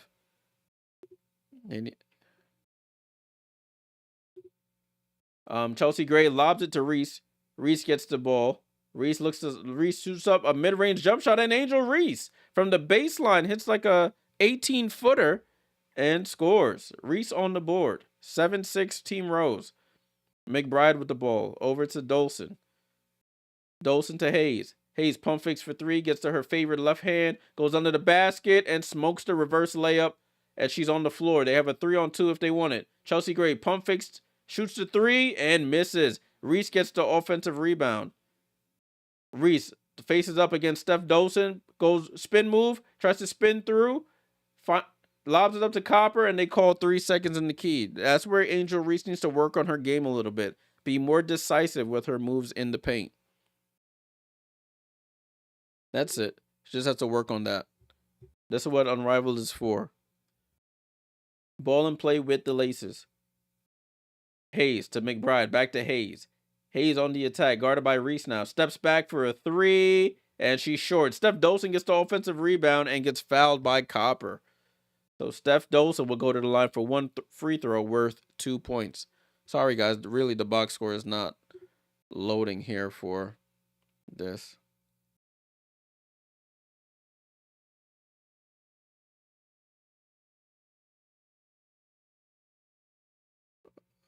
Steph Dolson at the line currently plays for the Washington Mystics.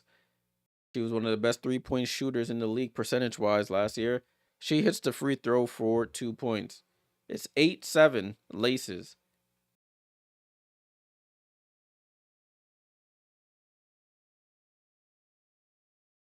Chelsea Gray over to Angel Reese. Oh, somebody told them my comment, and they finally changed the Laces color bug to a different color. Airball we just shot there. Angel Reese goes to the bench. Azare Stevens checks in. Azare Stevens had a good game last game. She had like 14 points off the bench. TM says, who's Copper? You mean Flawed? You look fool for that. Evie Rap says, wait, Unrivaled is meant to be a training camp. It's not meant to be a training camp, but it can be used as a training camp.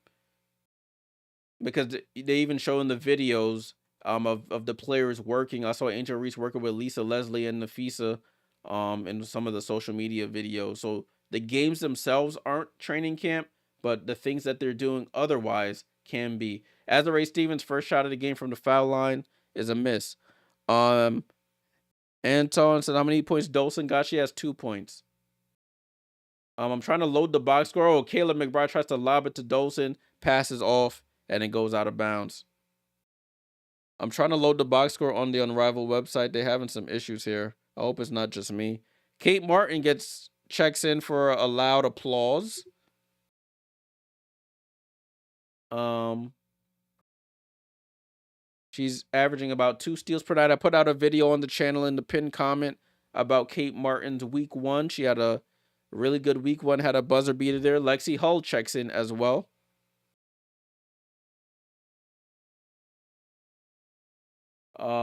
Azare Stevens with the ball. Handoff to Lexi Hull. Comes off the screen. Lexi Hull drops it off to Azare, who catches it like a wide receiver. Shoots the hook shot over Tiffany Hayes and scores. Yeah, it ain't a bad gig, right? You play in front of a small crowd. It's really a made for TV event. Oh, Kayla McBride gets fouled. I don't know if that's my computer or they're just losing audio there on the broadcast. They may be having issues, unless that's me. Yeah, but I mean, you're there in Miami. You're there to play games. You play games, 2 games a weekend, and the rest of the time you're either training or having conversations with the other players about WNBA things. So listen, hope the investors were told. Of course they were. That's why they're putting out so much social media stuff, because they're all training when the cameras aren't really on. As Kayla McBride hits the 1 free throw for 2 points. Yeah, I think they're having problems with the box score now that they changed the color. Azare Stevens misses, fumbles the pass from Chelsea Gray. It goes out of bounds. Of course, there's always going to be a winner. When they have the playoffs later on at in March, but when you're around the best players in the world, not trapped, but living in Miami for this off season, you could pick up a thing or two. Kate Martin over to Tiffany Hayes. Oh, what a crossover by Tiffany Hayes. Left to right crossover on Azare Stevens. Snakes by her. Left hand layup, gets fouled. Going to the line to complete the 3-point play. Caught her with the left to right crossover with a quickness. Oh, they finally got it. They finally got the box score working. We'll take a look at the next break. But for a quick stat check, 2, McBride with 4, Hayes with 7 for the Laces. You got 2 for Reese, 5 for Gray as Hayes hits the free throw. Sykes is checked in, gets it to Lexi Hull. Lexi Hull shoots over Kate Martin, too strong. Rebound to Kate. Kate up the court. Kate Martin crossover, step back, 3, air ball. Kalia Copper that hasn't scored yet. Angel Reese with 2. Chelsea Gray with 5. Brittany Sykes with 3. Is that right?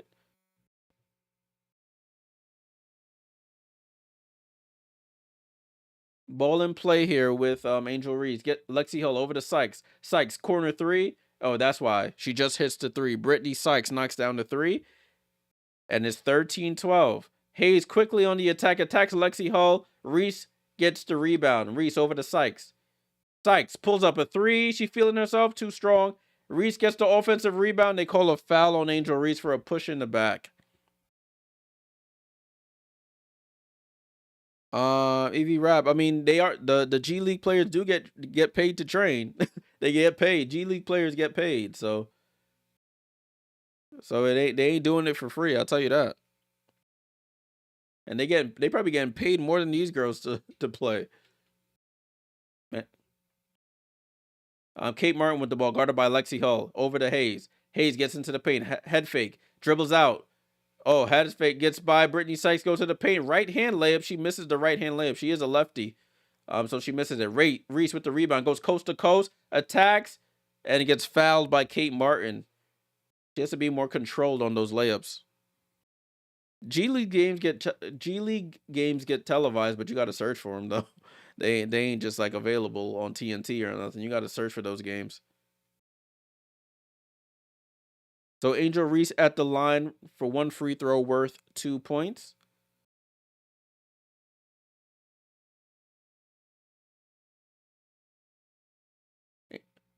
Angel Reese averaging 8.7 points, 8.7 rebounds. Reese hits the free throw for 2 points, and the Team Rose retakes the lead. Donovan Thanks for correcting me. I don't know how much G League players make, and they haven't really said how much these players are making either. Have they? They said millions.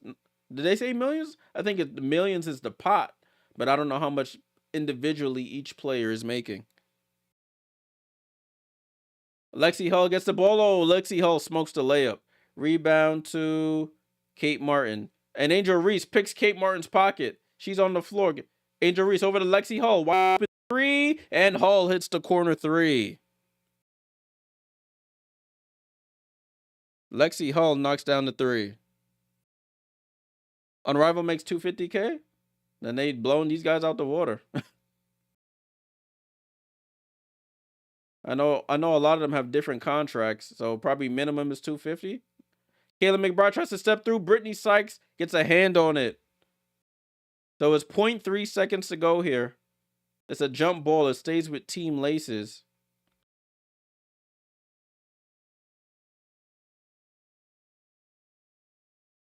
.3 seconds to go. Kayla McBride to inbound. Gets it to Martin. Martin doesn't get it off in time. She does make it, but I don't think she gets it off in time. So at the end of the first, it should be 17-15. I mean, yeah, I think it's 17-15. Yeah, it must be definitely in her hands still.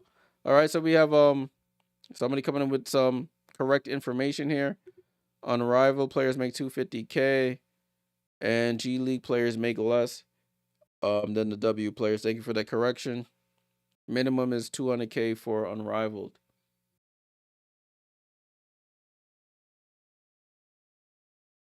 Let me put the box score up.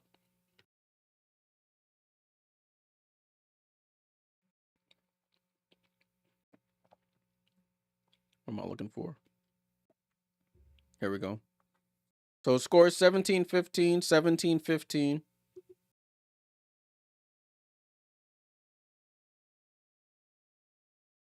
Angel Reese with 4 points. Kalia Copper has not scored yet on her 2 attempts. Chelsea Gray with 5.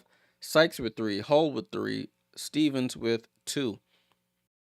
For the Laces, you got Steph Dolson with 2. McBride with 4. Tiffany Hayes with 7. And Kate Martin with 2. So that is the box score at this point in time. Spooky said, I'm watching the game and they be giving away fouls. Yeah. Yeah, the some of the foul calls in here are a little questionable. But people say that about every sport. So men's, women's, football, basketball, baseball. People just hate refs in general.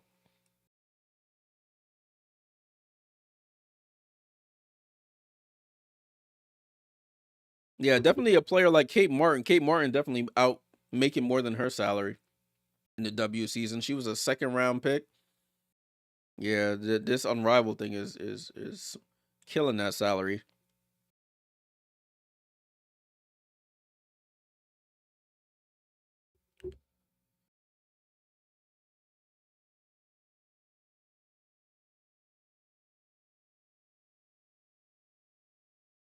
Salute to everybody in the chat. Salute to everybody in the chat. Unrivaled salary. Yeah, it said the average salary for players is $222,000. The league salary pool is over $8 million. And they get equity. At least this first 36 players get equity.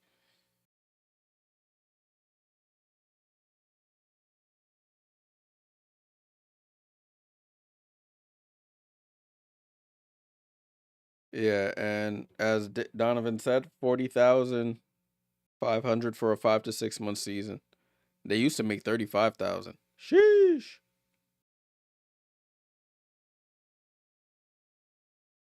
And then players, depending on if they get called up and called down and whatnot, or demoted, whatever the case may be. Yeah, I didn't know that. That shows how much I pay attention to the G League. Ball and play here with Team Rose. Lexi Hull brings the ball up the court. Hull, Reese, and Sykes going against Martin, Dolson, and McBride as Sykes misses the jump shot. Reese offensive rebound, misses the putback, goes up again, misses it again, and they call a foul there on Dolson.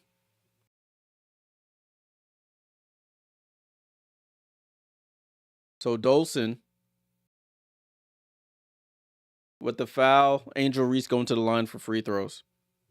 Then again, G League is the these are the best. These are the um one of the top collection of professional women's talent in basketball.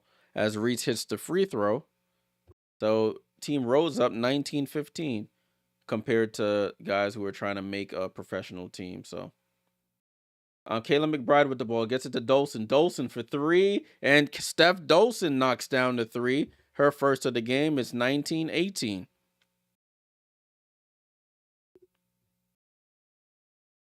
Lexi Hull tries to answer, misses. Rebound to McBride.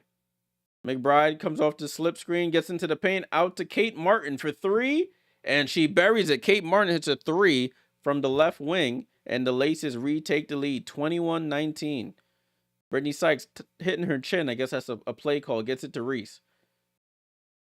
Reese eyes up Steph Dolson. Looks on the attack. Gets to the basket. Left hand layup is good. She does have the speed on Dolson. She should look to use it. Kate Martin with the ball. Comes off the screen. And that's not a foul. And Brittany Sykes draws a foul. I think it was a foul. Brittany Sykes sort of sold it. Her teammates have to communicate that there's a screen. Maybe she was leaning a little bit, but Brittany Sykes has to be careful. She's very injury prone. She was also on my fantasy team last season and was injured a bunch. Ball in play here. Chelsea Gray has checked back in for Lexi Hull. Kate Martin goes to the bench for Tiffany Hayes for the Laces. Kalia Copper looking to get on the board, and they call a offense. Man, they just keep calling these offensive foul screens.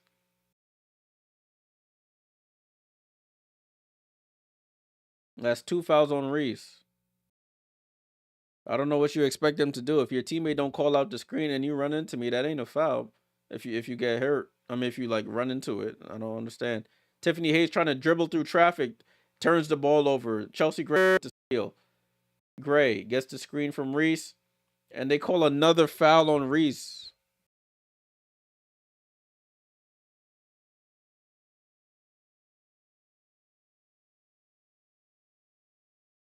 That's 3 fouls on Reese. Reese is saying to challenge it.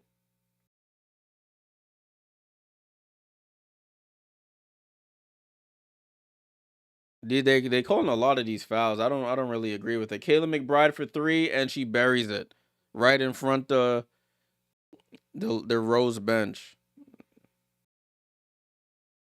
Sorry.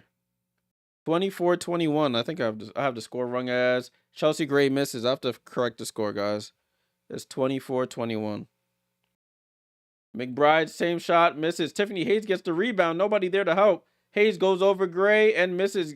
Dolson tips it back out to Hayes. Hayes for three, and now Hayes hits the three. Timeout. Timeout by Rose. 6-point lead here. The threes starting to fall here for them. They're out hustling. Teams getting a little flustered by the foul calls, and it's affecting their play.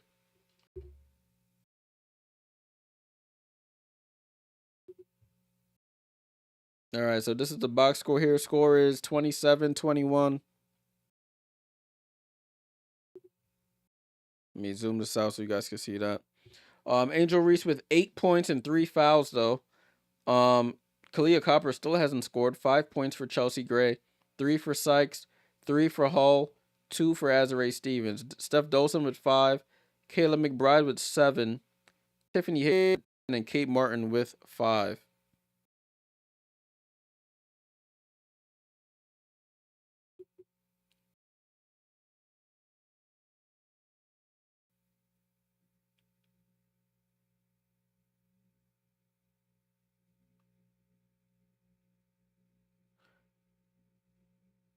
This guy's been a good coach for the Laces.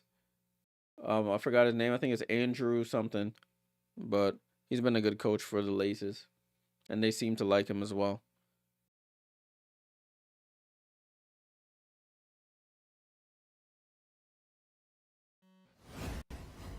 All right, ball back in play here with Team Rose. Azare Stevens checks into the game with Chelsea Gray and Kalia Copper. Azare goes under the basket, throws it out to Kalia Copper, out to Azare. She can shoot the three. She misses the corner. Kalia Copper gets the offensive rebound and scores. So it's 27-23. 27-23. Steph Dolson handoff to Tiffany Hayes, the same play that they ran. She might have carried there.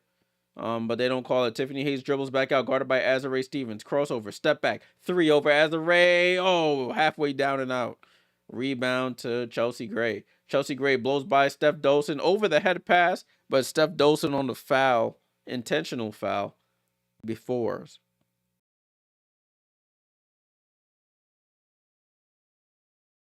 Third foul on Stephanie Dolson, so the Bigs getting into some foul trouble for both teams.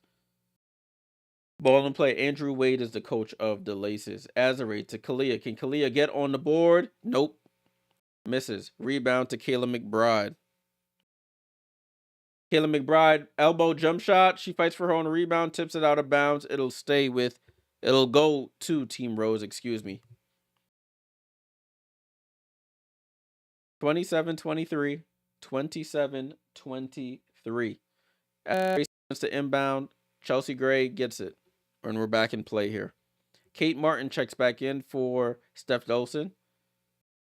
Chelsea Gray down to Azare Stevens against Kayla McBride. She backs her down, goes up, misses, hits off the glass, rebound to Hayes. Great defense by McBride. Hayes on the attack. Hayes steps through and misses. She's saying she got hit in the face, holding her face. It's a 3-on-2 if they want it. They got it to Chelsea Gray, wide open for three. She missed that. Rebound, fought for it, and rebounded by the Laces. Kate Martin walks into a three. She's short. Rebound to Gray. Gray on the attack on her ex-teammate, Kate Martin, and she gets called for a foul. Both players upset with the foul calls.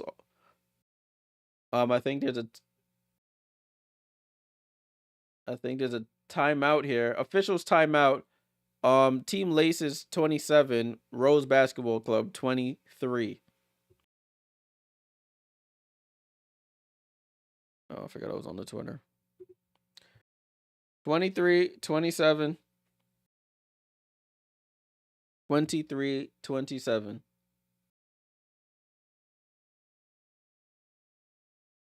So a very interesting game so far. 6 fouls for Team Rose, 5 fouls for Team Laces. So it's been a foul fest so far. Not really feeling it. Tiffany Hayes leads the way, game high 10 points so far, 6 rebounds. She had a double-double her first game. I think she had 14 points and 10 assists. And then she had a scoring outburst in one of the other games. She had about 24 points. Kayla McBride with 7 points so far. Not shooting too well. Both teams shooting in the 30 percentile. But Team Rose shooting 25% from 3 compared to 40% for Team Laces. Both teams have made all their free throws as well.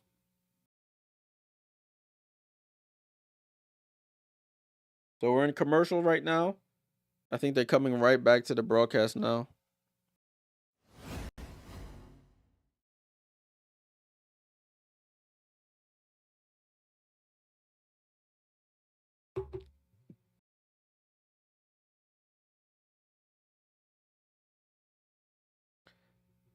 Chelsea Gray at the line for the free throw. That's 1 free throw for 2 points. Natisha Heidemann getting her first minutes with the Laces. She last played with Team Phantom Basketball Club. And Chelsea Gray knocks down the free throw to make it a 2-point game here. Ball in play. 27-25. Martin, McBride, and Heidemann. Very small lineup out there. There's no bigs on the floor for both teams. McBride crossover on Kalia. She spins off Kalia, throws up the right-hand scoop, and they call a late foul. Like super late. Like they're about to run down the other side of the floor, and they call the foul. So McBride will go to the line for 1 free throw for 2 points.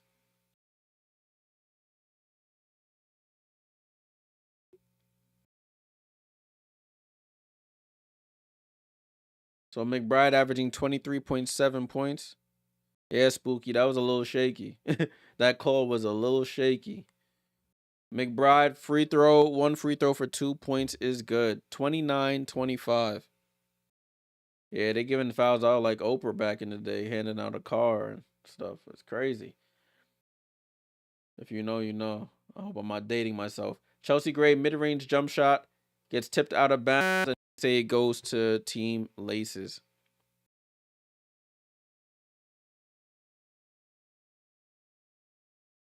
Ball and play with Heidemann. Heidemann with the ball. That's fun. She had to learn one system, and now she has to learn this other system. McBride attacking Brittany Sykes, throws it out to Heidemann. Heidemann on the attack, gets up, left-hand floater, misses. Rebound to Gray. Gray on the attack, hand off to Sykes. Sykes pump fakes, line goes up, and they call a foul there. That one was a foul.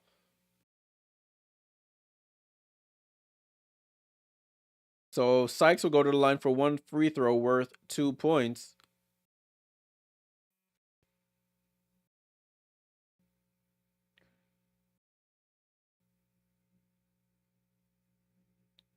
So Brittany Sykes at the line, 4-time WNBA All Defensive Team.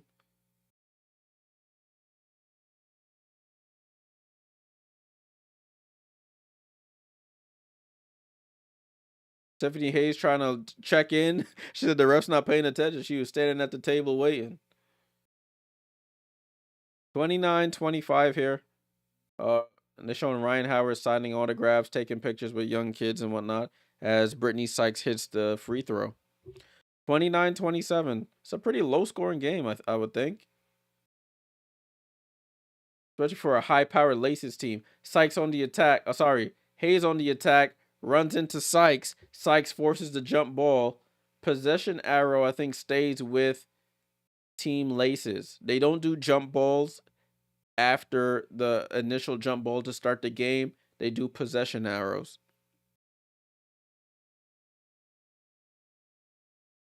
Ball and play, they get it to Heidemann. Heidemann with the ball. Crossover. Heidemann gets to that left. Spin move into the paint. She lost the ball.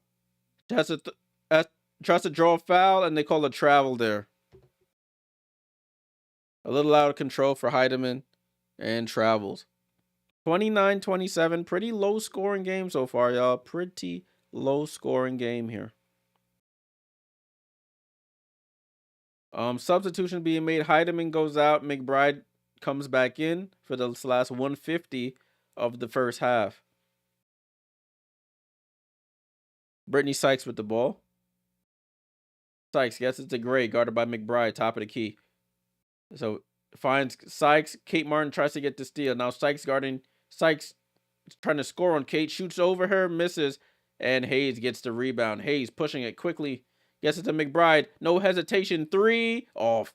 Rebound to Copper. Snatches it out the air. Copper crossover at the foul line. Jump shot is off. And it's just back and forth here. Miss after miss. Martin with the ball finds Hayes. Might have let her too much, and it goes out of bounds. A little sloppy here to end this second quarter in general. I think all the foul calls have jilted the rhythm that the players had.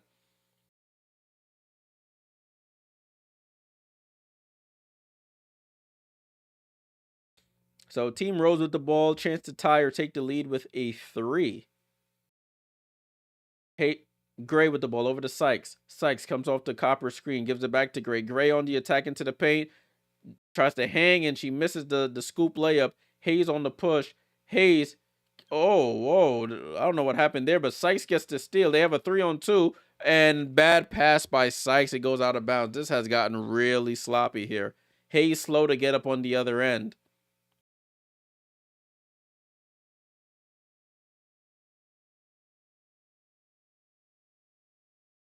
Yeah, Sykes gets the clean steal. She was going full speed, and then she falls down hard.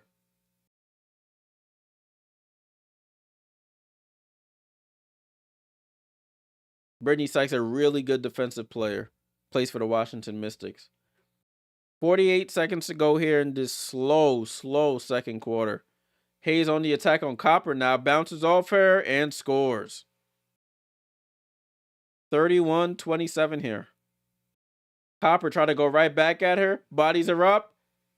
And it gets deflected. Gets tipped out of bounds by Hayes.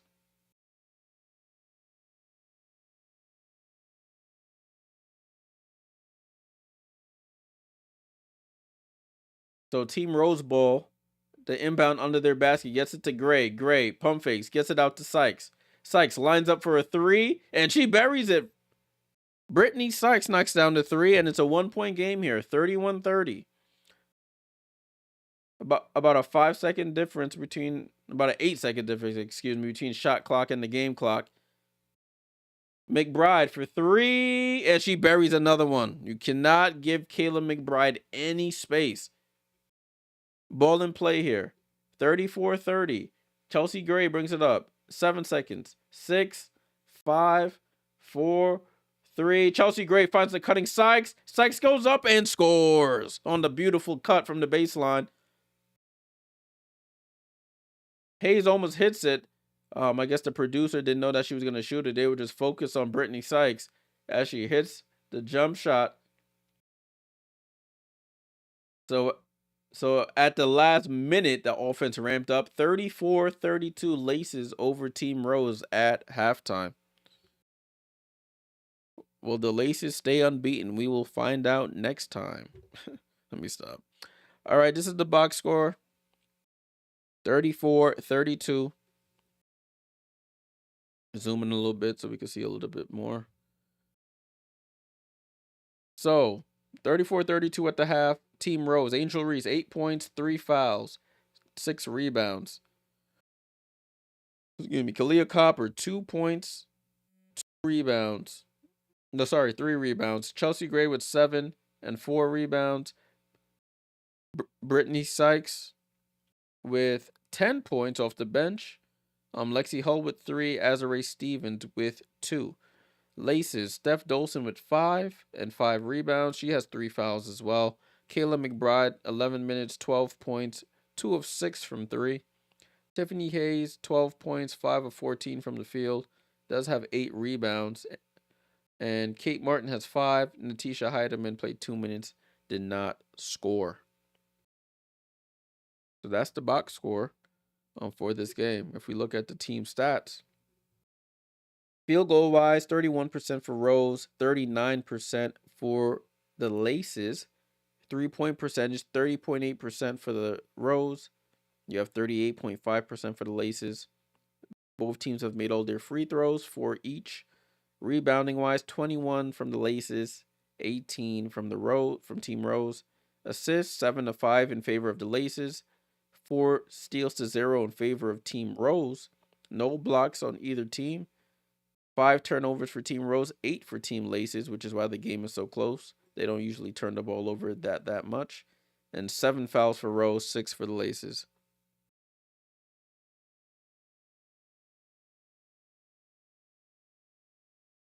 JP said put Angel back in. I want Laces to win. She got into foul trouble. That was the issue. She has 3 fouls. You foul out with 6. So they were trying to preserve her for the second half. Same thing happened to Steph Delson on the other team, on the Laces. She got into foul trouble as well, so they had to bench her.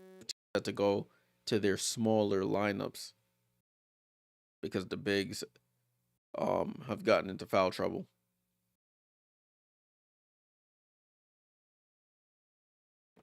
Oh, it's a job. Oh, okay.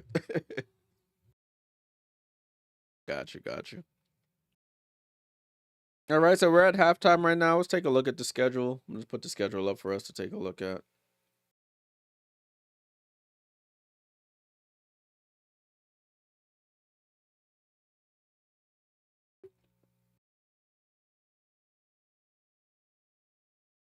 Shouldn't be in candy now, but it is what it is. So we have some good matchups coming up on Friday. Team Phantom versus Team Rose. But the main one people are going to be on the lookout for is Team Laces versus Lunar Owls. If Laces play like they're playing right now, they're gonna be in big trouble against that Lunar Owls team. Very dangerous. They need Alyssa Thomas back. The Laces look a little bit different without Alyssa Thomas being the engine running everything.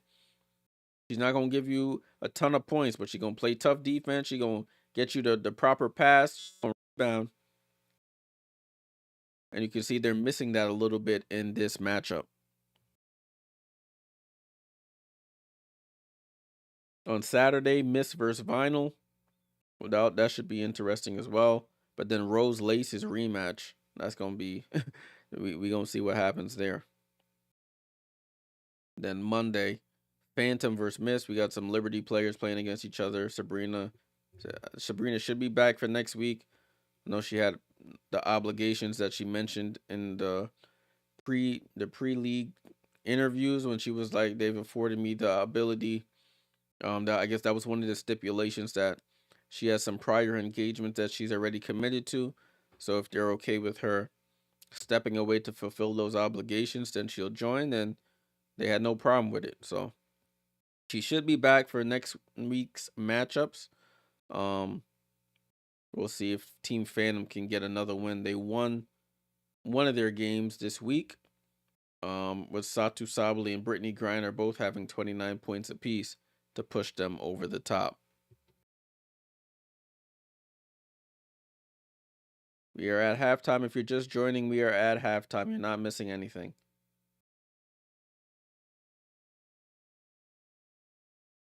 You're not missing a thing.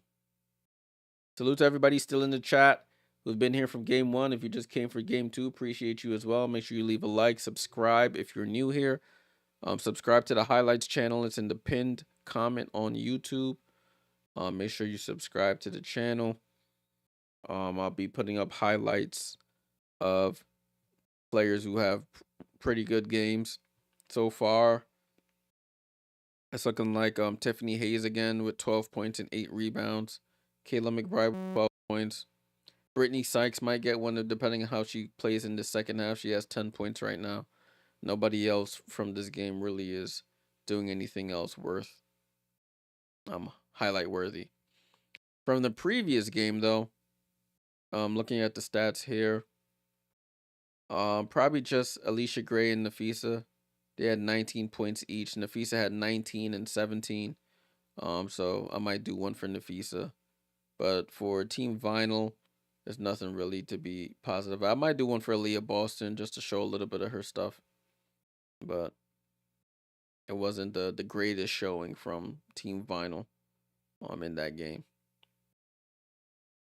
So that's something to look forward to. As soon as I get off stream, I'll get to editing and I'll start posting those videos on the channel. So make sure you're subscribed if you want to see more Unrivaled content. Once the WNBA season starts, I'll be posting highlights there as well. I've been posting like some throwback highlights from some older WNBA games. I think yesterday with the whole Kelsey Plum, Jewel Lloyd trade, I posted one of their matchups from the 2022 season. Jewel had 38. It was the final day of the 2022 season. Jewel had 38. I think Kelsey had 23. It was a really good game all the way down to the last couple minutes. So definitely, if you want to see those two go at it, definitely give that a look.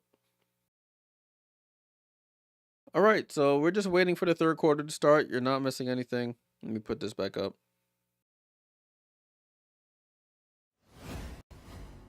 Let's get stuff ready for the third. JP, appreciate you always checking out the stuff. Appreciate you, my friend. I did not expect the Lexi Hull video to take off as much as it did, but people really were starving for Lexi Hull content. And that video was probably, in the short time I've created that channel, it's probably my highest viewed video by far, followed by Kate Martin, who I just posted the other day as well.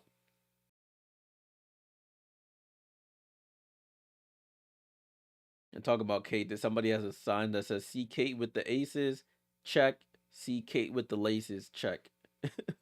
That's pretty cool. Kate Martin really has like a cult following. I don't know if you could call it that, but that's what it seems like. People really like a underdog story.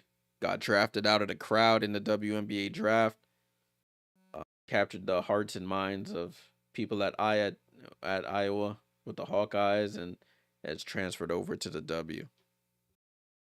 Now she's going to be what presumed to be her team at the moment in Golden State when the Golden State Valkyries kick off their inaugural season in May.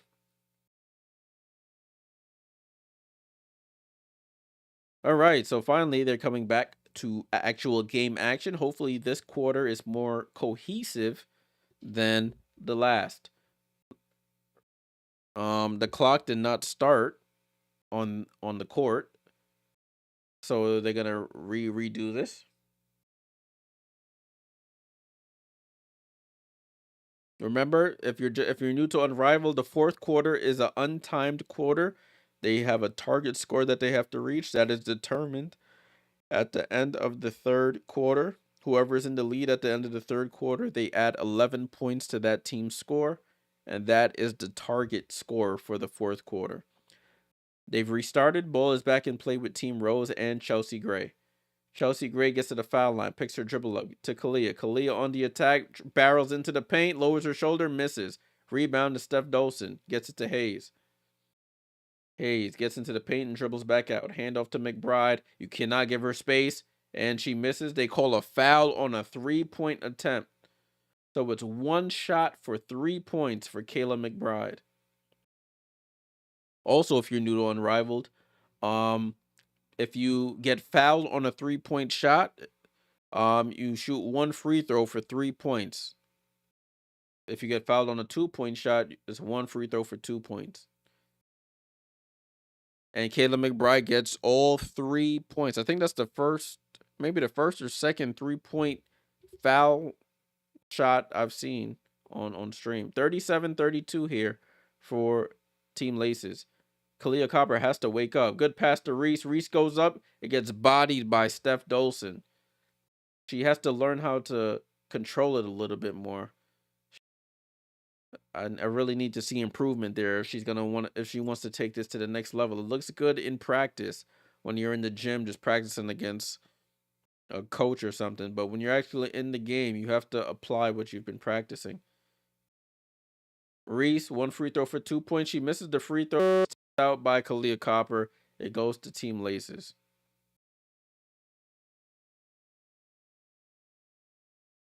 Ball in play here. Tip Hayes with the ball. Top of the key, looking for McBride to come off the screen. Hayes gets the whole side. Kalia Copper gets the block, but then also gets the foul on Tiffany Hayes. That's 3 on Copper.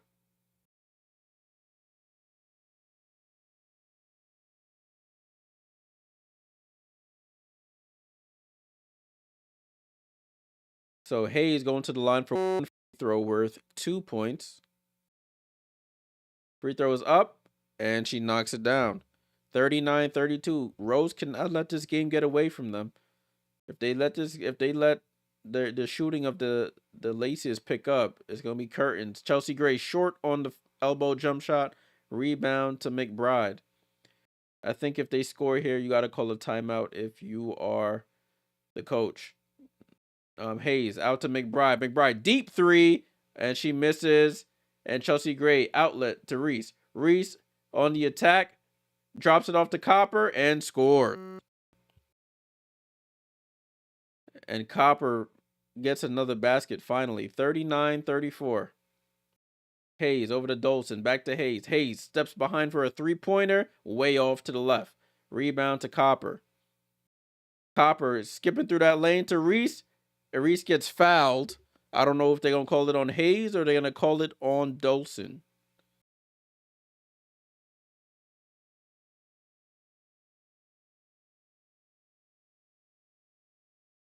I think it was on Hayes. I think the foul was on Hayes. Steph Dolson to the bench. Kate Martin checks in. So Angel Reese trying to make one free throw for 2 points, and she buries this one. So it's 39-36.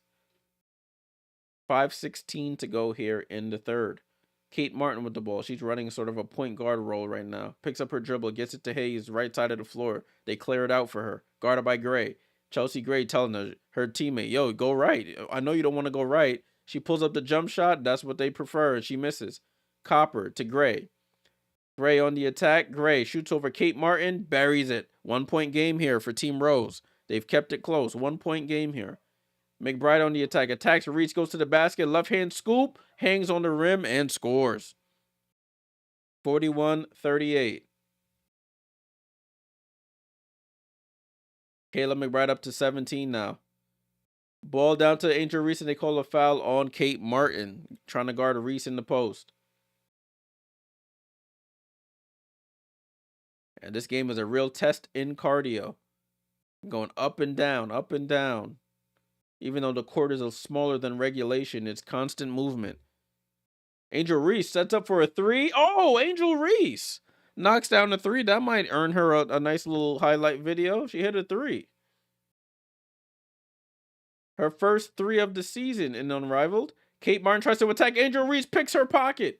They have a 3-on-1. They better score. Angel Reese throws up the lob to Copper. She it. Oh, no. They had a 3-on-1 and blew it. Angel Reese throws a lob, and then Kayla McBride comes down and scoops a layup in. So you blow a 3-on-1 on one end. Oh, man. And then you give up a layup on the other. Chelsea Gray gets to her foul line jump shot. Too strong. Hayes with the rebound. Kayla McBride looked to attack Angel Reese. She throws up the scoop, and she goes to, and that's a foul on Reese. Reese playing with her hands. Reese, yeah, she looks out of breath. She's going to the bench, huffing and puffing.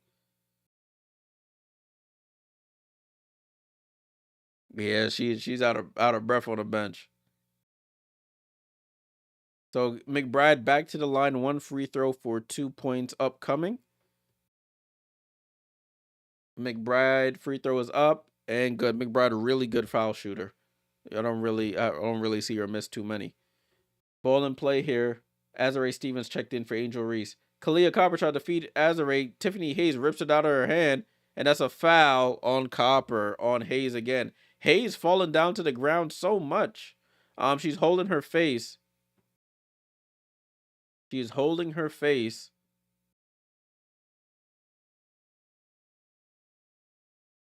Lexi Hull to check in.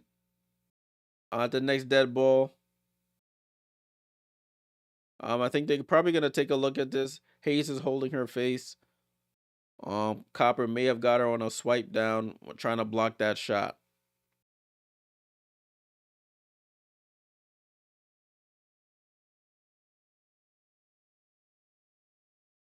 So the Team Rose had a 3-on-1 fast break, could not capitalize, and now they're down 4.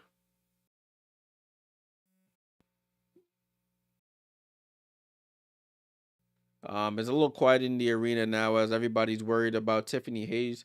Oh, she stood up. She's holding her eye. I guess she got hit in the eye. They haven't shown a replay as of yet. The TM said they beating Hayes up out there. She plays a very D Wade-esque game. A young D Wade, I should say. When D Wade was just going to the paint with reckless abandon, falling on the floor.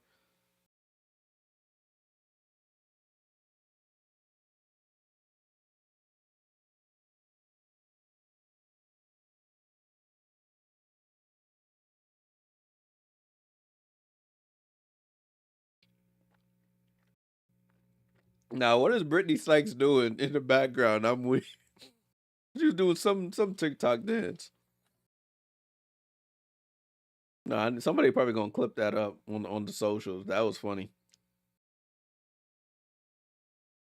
So they're Tiffany Hayes is back on the bench. I think they're reviewing this play. Let me put up the box score right quick. Oh, I'm at the wrong game. I was looking at the old game. There we go. 45-41. Oh, that's why she was doing that little TikTok dance, because they playing that song.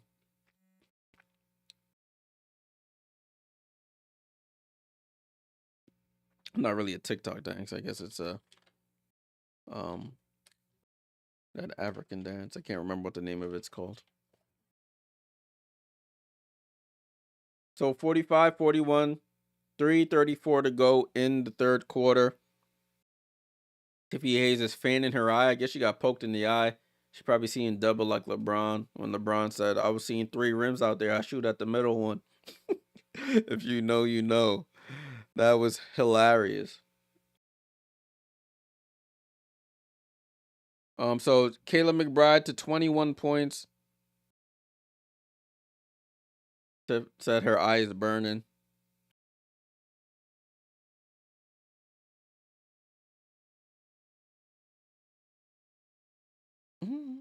Tiffany Hayes with 14. I guess they haven't even shown a replay. I guess the camera wasn't there.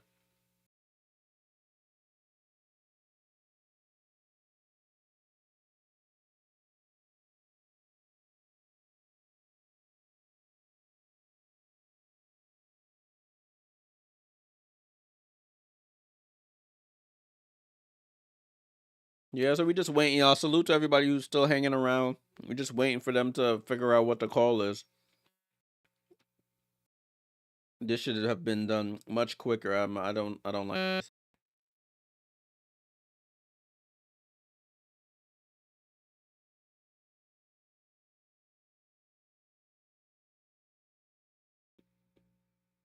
They're trying to determine if this play is a flagrant.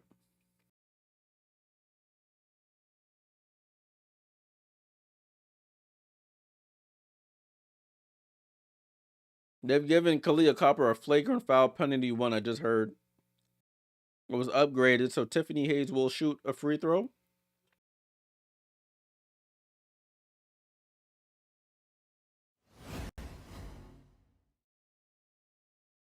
So 1 free throw for 2 points for that flagrant. So 6 point lead. It's 47-41. We finally gotten back to some game action. Oh, Tiffany Hayes fakes the handoff and goes to the basket, so she gets a quick 4 points. 49-41.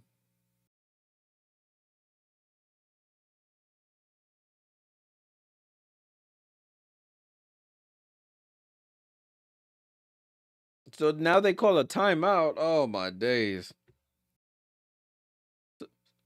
So Tiffany Hayes gets a quick 4 points. She hits the flagrant for the flagrant free throw, and then she gets an immediate layup after it. Jeez. 49-41. Man, they dragging this game on long, aren't they? It's crazy.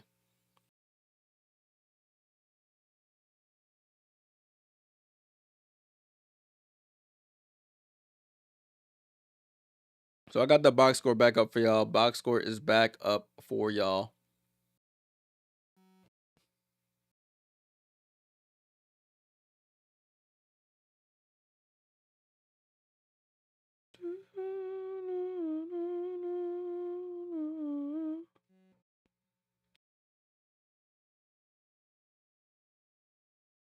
So we're in commercial right now. We are in commercial. You're not missing a thing. Angel Reese, 13.6 rebounds. Did hit her first 3 of the season. Chelsea Gray with 9 points, 5 rebounds, 3 assists. Kalia Copper only with 4 points. She does have 4 fouls. Brittany Sykes off the bench with 10. I'm hoping to see a little bit more of her in the rest of this quarter. Hull with 3, Stevens with 2. 4 fouls for Dolson. She has 5 points. Kayla McBride, not the best shooting night, has 21 points. Has made all 4 of her free throws. 5 for 11 from the field. Tiffany Hayes, 18 points. She got 4 in the span of like 3 seconds. 5 from Kaiten. 10-2 run there for the Aces. They're trying to reset the clock here.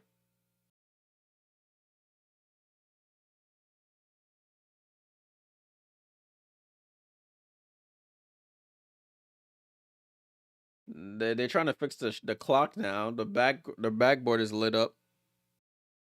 Even though I came for the parlay, the game doesn't seem bad to watch. Yeah, spooky. It's not bad. People just got to give it a shot. I mean, if you go in there with expectations that you're gonna see people dunking the ball, then you're always gonna be let down. So if you're looking for high level competition, um, here you'll see it. All right, ball finally back in play here. Jeez, it felt like forever. Oh, I'm over here clicking the wrong thing over and over. And Lexi Hull hits a layup. I looked down for a second and Lexi Hull over here scoring. Damn, Lex. 49-43. McBride with the ball, guarded by Hull. McBride, left to right to left crossover, gets to the paint, left hand scoop layup is off. Oh, Chelsea Gray to Lexi Hull. Oh, she was trying to gather the ball. She caught it and tried to gather it, and it goes out of bounds. That would have been a nice finish there.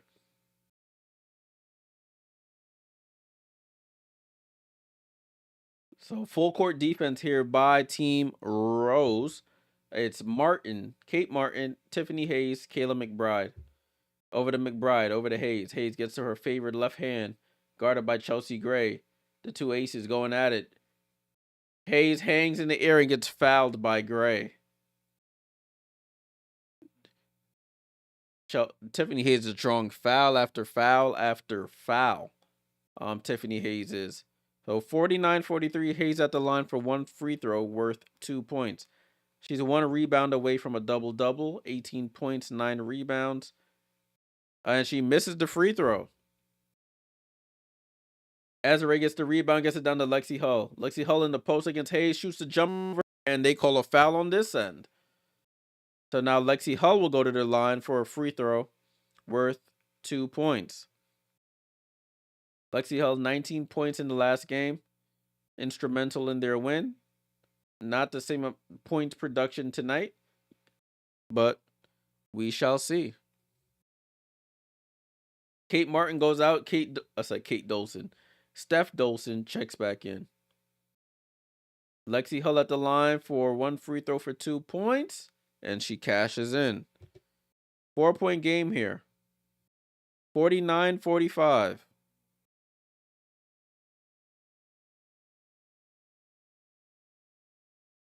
Steph Dolson gets to the McBride. Lexi Hull gets lost, and Kayla McBride dots a 3 there.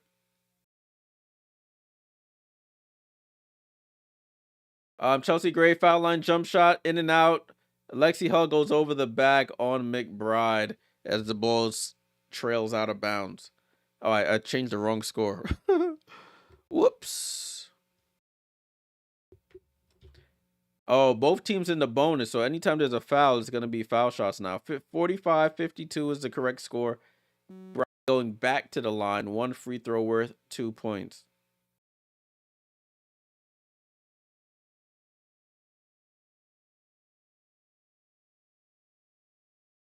And Dolson hits the free throw. So Rose, they got to close this quarter better than this. It's 54-45. Brittany Sykes back in. Azare Stevens lines up for a 3. Assist to Brittany Sykes. They needed that one. 54-48. And they call a foul on Lexi Hull for preventing Steph Dolson going to the basket. So it's more free throws.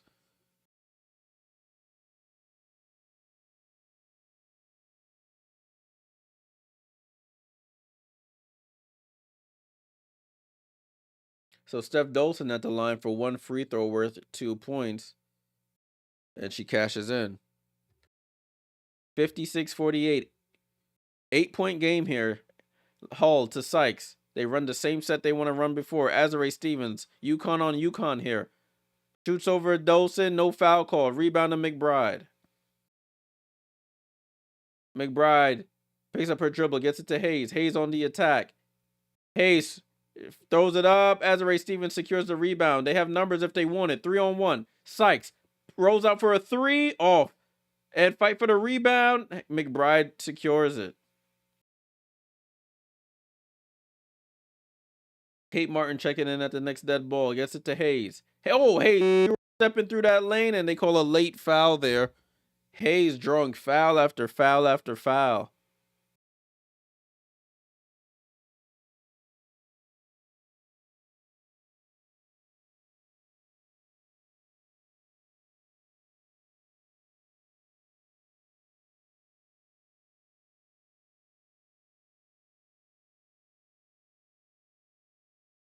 So Tiffany Hayes at the line. Lexi Hull defending her pleading. Should say Hayes free throw is up and good. So it's a 10-point lead now. Somebody in the Chicago Sky jersey. Salute to them in the crowd. They showed him on the camera. Sykes comes off the screen. Sykes looking, gets it to Lexi Hull on the curl. Out to Azare Stevens. What a beautiful set. Azare airballs, though. That was a beautiful set there to get a wide open shot. You got to knock it down, at least hit the rim.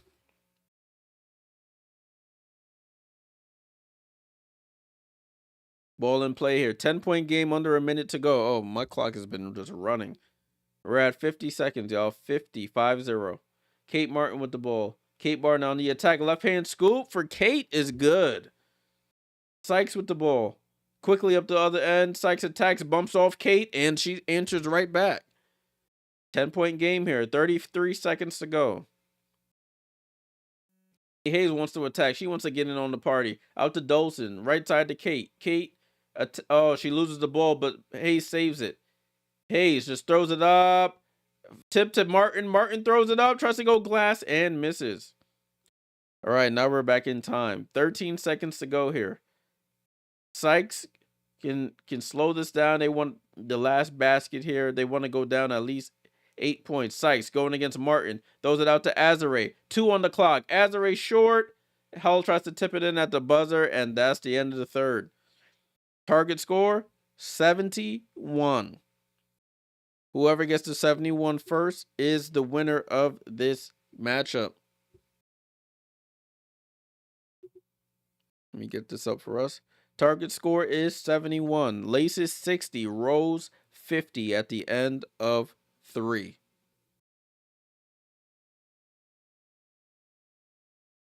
Salute to everybody still hanging around here. Salute to y'all. I'm going to get the box score up for us so we can take a look at the damage. 50 to 60 is the score. 50 to 60. Angel Reese, 13 points, 6 rebounds. Kalia Copper, 4 points. Horrible night. 9 points for Chelsea Gray. Brittany Sykes with 12 off the bench, 7 for Hull, 5 for Azare. For the Laces, you got Dolson with 7. You have McBride with 26. Hayes with 20. Martin with 7. Haydn only 2 minutes. She has 0.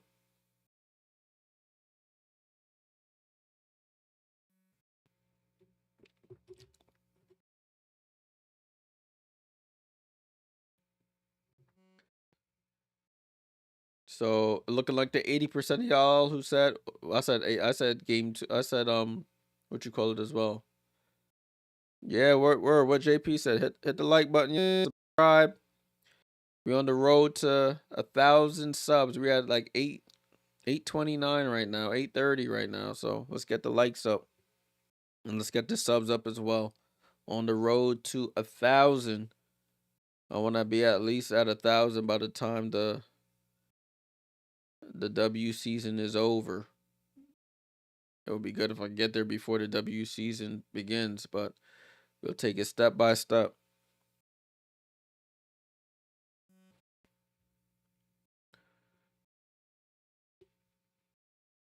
Let's see what's going on. Oh, wrong tab. I keep forgetting I have this tab up for you guys to look at the box score. I need to open a new browser. Do do do do do do. All right, we're still in commercial here. We are still in commercial.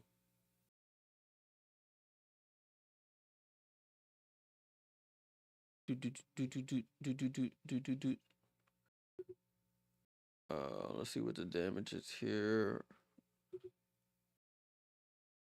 So it's looking like the Laces will move to 4-0 to join the Lunar Owls at 4-0.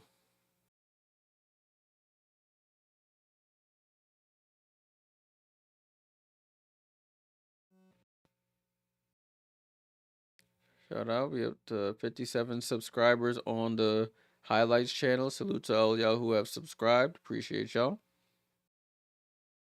All right, they're coming back to the game now. Let's get back to it on our end. Remember, no time. It's an untimed fourth quarter. Untimed fourth quarter. The target score is 71, Antoine. So first team to 71 wins the game.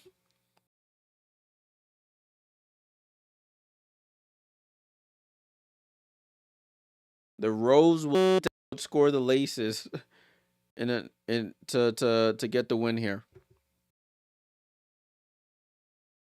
And Tiffany Hayes starts off the quarter with the score. Antoine, I thought I answered you. I hope you guys can still hear me. 62-50. Lexi Hull on the attack. Lexi Hull tries to get it down. Tiffany Hayes tips it out of bounds. Laces 9 points away from going 4-0.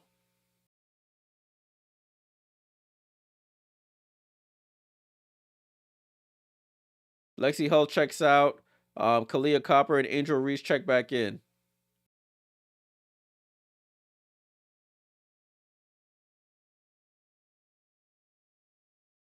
Ball in play. Kalia Copper, mid-range jump shot. Finally, Kalia can knock down something. Jeez. It's a 10-point game. 62-52. Cannot trade baskets here. You have to get stops. Hayes tries to answer. Martin gets the offensive rebound off the missed three. Dolson pump fakes a three, picks up her dribble, gets it to Hayes. Hayes in attack mode, drops it down to Steph Dolson. She traveled. They don't call it. Turns for the hook shot. It trickles over the rim. 64-52. Kalia Copper gets back to the mid-range, too strong. And Kate Martin gets the rebound. Kate Martin, left-hand dribble, right side of the floor, gets it to Dolson. Steph Dolson pump fakes the three, gets it to Hayes. Hayes, guarded by Reese now with 4 on the clock. Shoots the three, off. Rebound to Copper. Copper over to Gray. Chelsea Gray, spin move on Martin, goes between the legs, a little hezzy dribble. Out to Copper. Copper tries to shoot a three, short. No, it was no legs on that shot. Laces slow it down a bit. Kate Martin up to 7 points, 5 rebounds. Hayes on the attack and gets tripped up. Hayes, man, she's been on the floor all night. She gonna be beat up by the time the W season starts at this rate.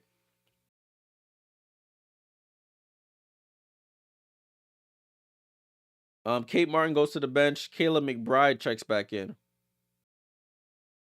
It's closing time, and Kayla McBride is their closer. Hayes over to McBride. McBride has he dribbles, steps back, three, air ball. Well, you rarely see that from McBride. You see some fatigue settling in for both teams here. Last game of the weekend. Gray out to Copper. Copper into the paint, bumps off Hayes, throws it up, and they call a late foul there. Copper will go to the line.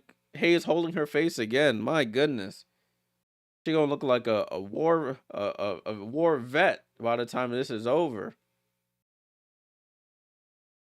Oh, the elbow comes down and pops her in the face. Yeah, that one must hurt. That one must hurt. After Kalia Copper's shot, like her arm coming down, pops her right in the mouth. Yikes, that's a tough one. That's painful. They're showing Alyssa Thomas and Jackie Young in street clothes on the bench. Sitting next to Natisha Heideman. Natisha Heideman used to be teammates with Alyssa Thomas on the Connecticut Sun before she was moved to the Minnesota Lynx.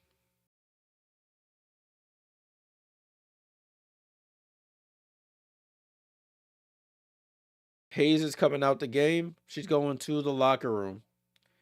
So they're going to have to check Kate Martin back into the game.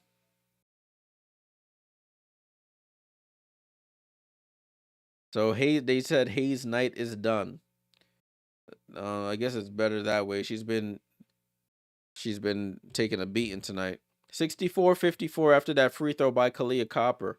They got to get stops here. Can't trade baskets. Dolson with the ball over to McBride. Nobody steps out to McBride. Oh, she pump fakes and then hits the three. She wanted a foul on that as well. Ball up to Reese quickly. Reese attacks Dolson, bounces off her, and she'll go to the line for free throws. 29 for McBride. By far the leading scorer. Well, Tiffany Hayes has 22.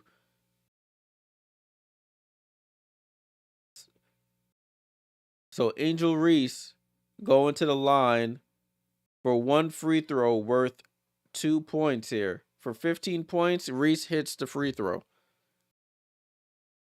67-56. Team Laces 4 points away from their 4-0 start. Over to McBride. Pump fakes at the 3. Comes across the screen, and they call a foul on Angel Reese. 5 fouls on Reese.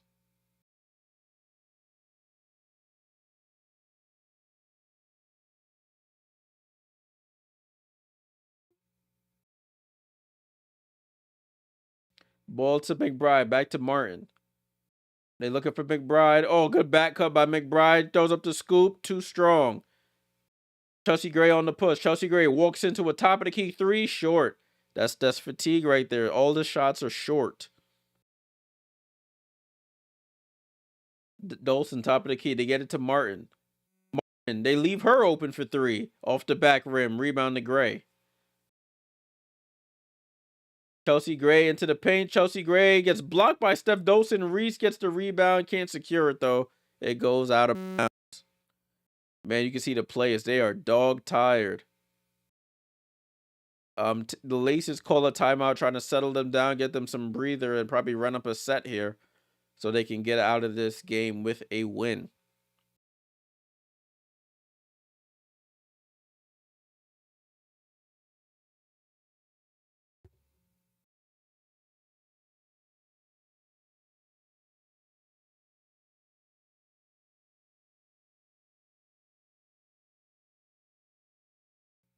That's the box score right there. 67-56, 67-56.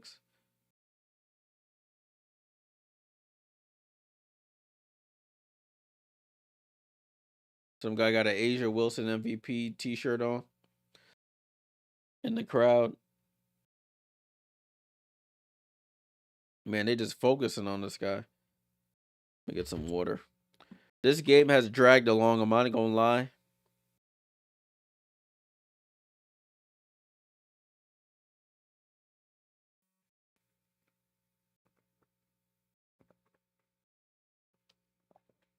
And as I've been saying, the coach is saying the same thing. We have to get stops. There's no waiting on the clock to run out. His first person to that score is the winner. So you gotta get the stops if you want to win at least.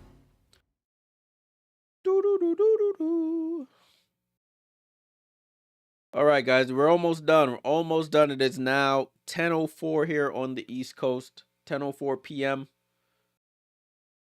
2200 hours if you follow that type of timing. And we're almost done here. Kate Martin with the ball over to McBride. McBride with the ball. They get it to Martin. Martin guarded by Lexi Hull. 4 on the shot clock. She shoots over Lexi. And great defense by Lexi Hull. They get the stop. Now they need to score. Brittany Sykes over to Lexi Hull. Over to Sykes. Right side of the floor. Gets the screen from Reese. Gets to the foul line. Jump shot is up and good. Brittany Sykes. They need her. 9-point game here. 67-58. Martin with the ball. Over to McBride at the 3-point line. They're switching everything, really. On every screen, they're switching. Sykes playing defense on McBride. McBride steps back over to Dolson. Over to McBride. And they call a moving screen on Dolson. But McBride hits the 3, and they called a moving screen on Dolson. Wow. Oh, Steph Dolson has fouled out. So Natisha Heidemann is going to have to check in here. Oh, I don't know about that one.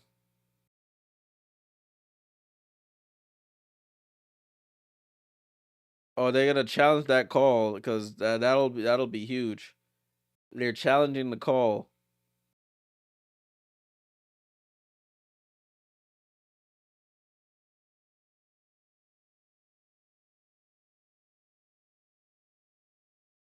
So McBride passes it to Dolson. Dolson sets like a little moving screen, and then she screens off Hull, who then screens off Sykes.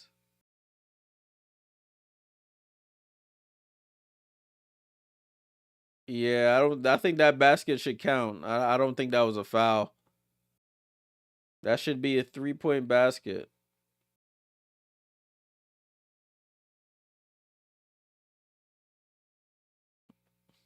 So they're showing the replay on the big screen, and all the Laces players are like, "Look, you want to see your mistake?" Oh, weak. But this should get overturned, in my opinion, and the Laces should be 1 point away from winning this game.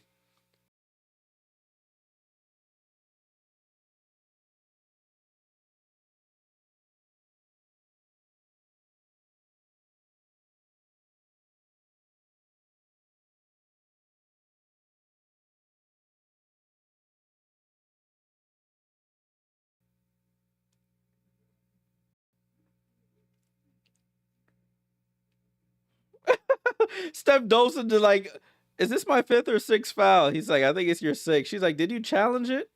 He's like, yeah. She's like, oh, high five. I'm weak. Steph was cool on when she was on the Liberty.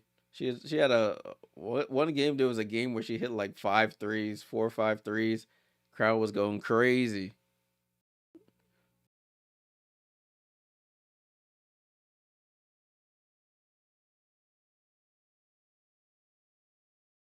67-58.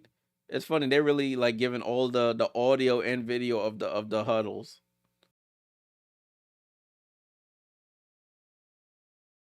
So they'll count the basket if it's overturned. That's what Coach Wade is saying. The refs told him. So I guess we shall see.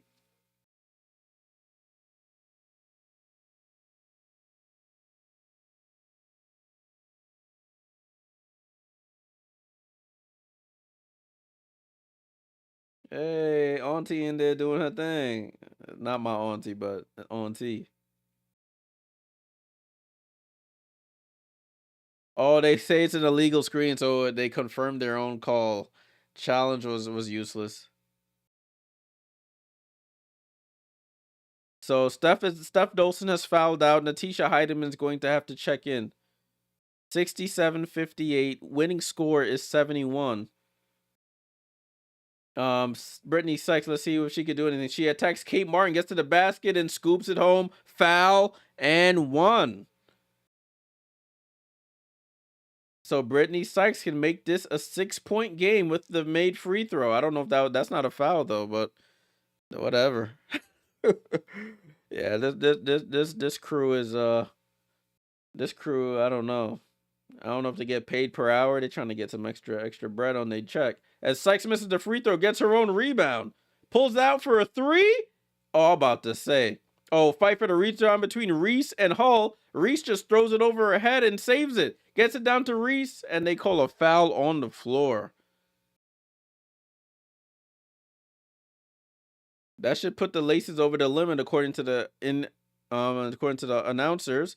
So Angel Reese will be shooting one free throw for 2 points here to make it a 5-point game. Oh, Tiffany Hayes, the coach that I tip. You're back in.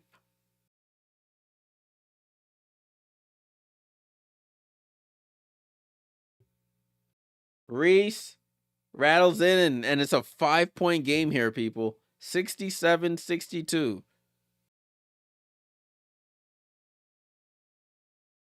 Hayes with the ball. Hayes guarded by Sykes. She gets to the paint. Hayes hangs and scores. As soon as she comes in, gets to a bucket. 69-62. Brittany Sykes with the ball. Sykes pump fakes. Gets it to Hull. Hull for three. Too strong. Kayla McBride with the rebound. Kayla McBride picks up her dribble. Gets it to Hayes. It would be right if Hayes closed this out. And they call a foul. Silly reaching by Brittany Sykes. They had one foul to give.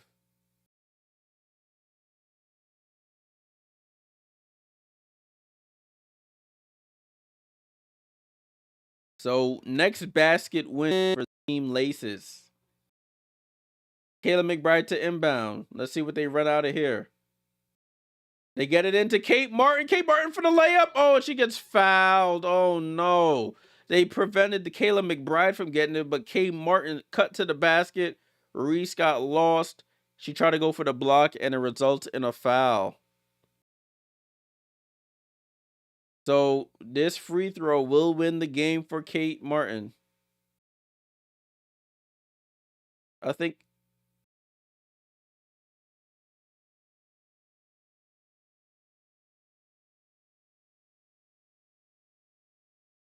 I don't know what's happening now. Are they challenging this call? They just trying to extend this game. What is happening? So Angel Reese in danger of fouling out as well if this is a foul on her.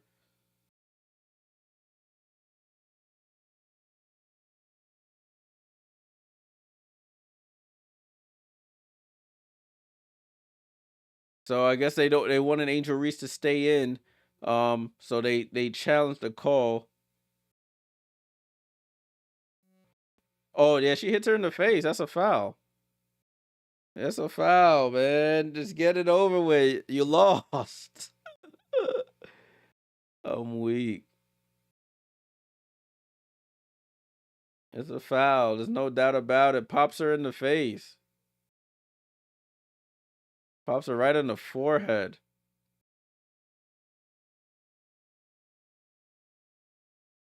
So Kate Martin, 1 free throw for 2 points and the game. This game has gone on longer than expected. Martin. Oh, she missed it. Brittany Sykes with the rebound. It bounced around on the rim like twice to Azare on the cut. Azare out to Lexi Hull. Lexi Hull for 3. Oh, that would have made this really interesting. Lexi Hull wide open for 3. Hayes trying to finish. They call a foul there. Oh my goodness. It's like every trip down is a foul. So Hayes going to the line to make the free throw to see if she can end the game. Yeah, these players are going to need a ice bath after this game. Jeez. So Hayes at the line for the game. And she misses the free throw. What is happening? Oh my gosh, they're giving the Rose so many chances. Sykes to the basket, goes up, and they call a foul on that one. Yo, what is happening, people? This could have been a 3-point game right now. Lexi Hull had a wide open 3. Brittany Sykes, 16 points, 6 of 10 shooting. She's going to the line for 1 free throw for 2 points. And she cashes in. This is crazy. 2 free throws to steal the game. 2 separate players missed them both. Hayes with the ball. Hayes attacks Lexi Hull, gets to the basket, shrugs her off. They call an offensive foul. I seen it coming. They call her for the push off. So now it goes back to the Rose. 3 straight trips with a chance to win.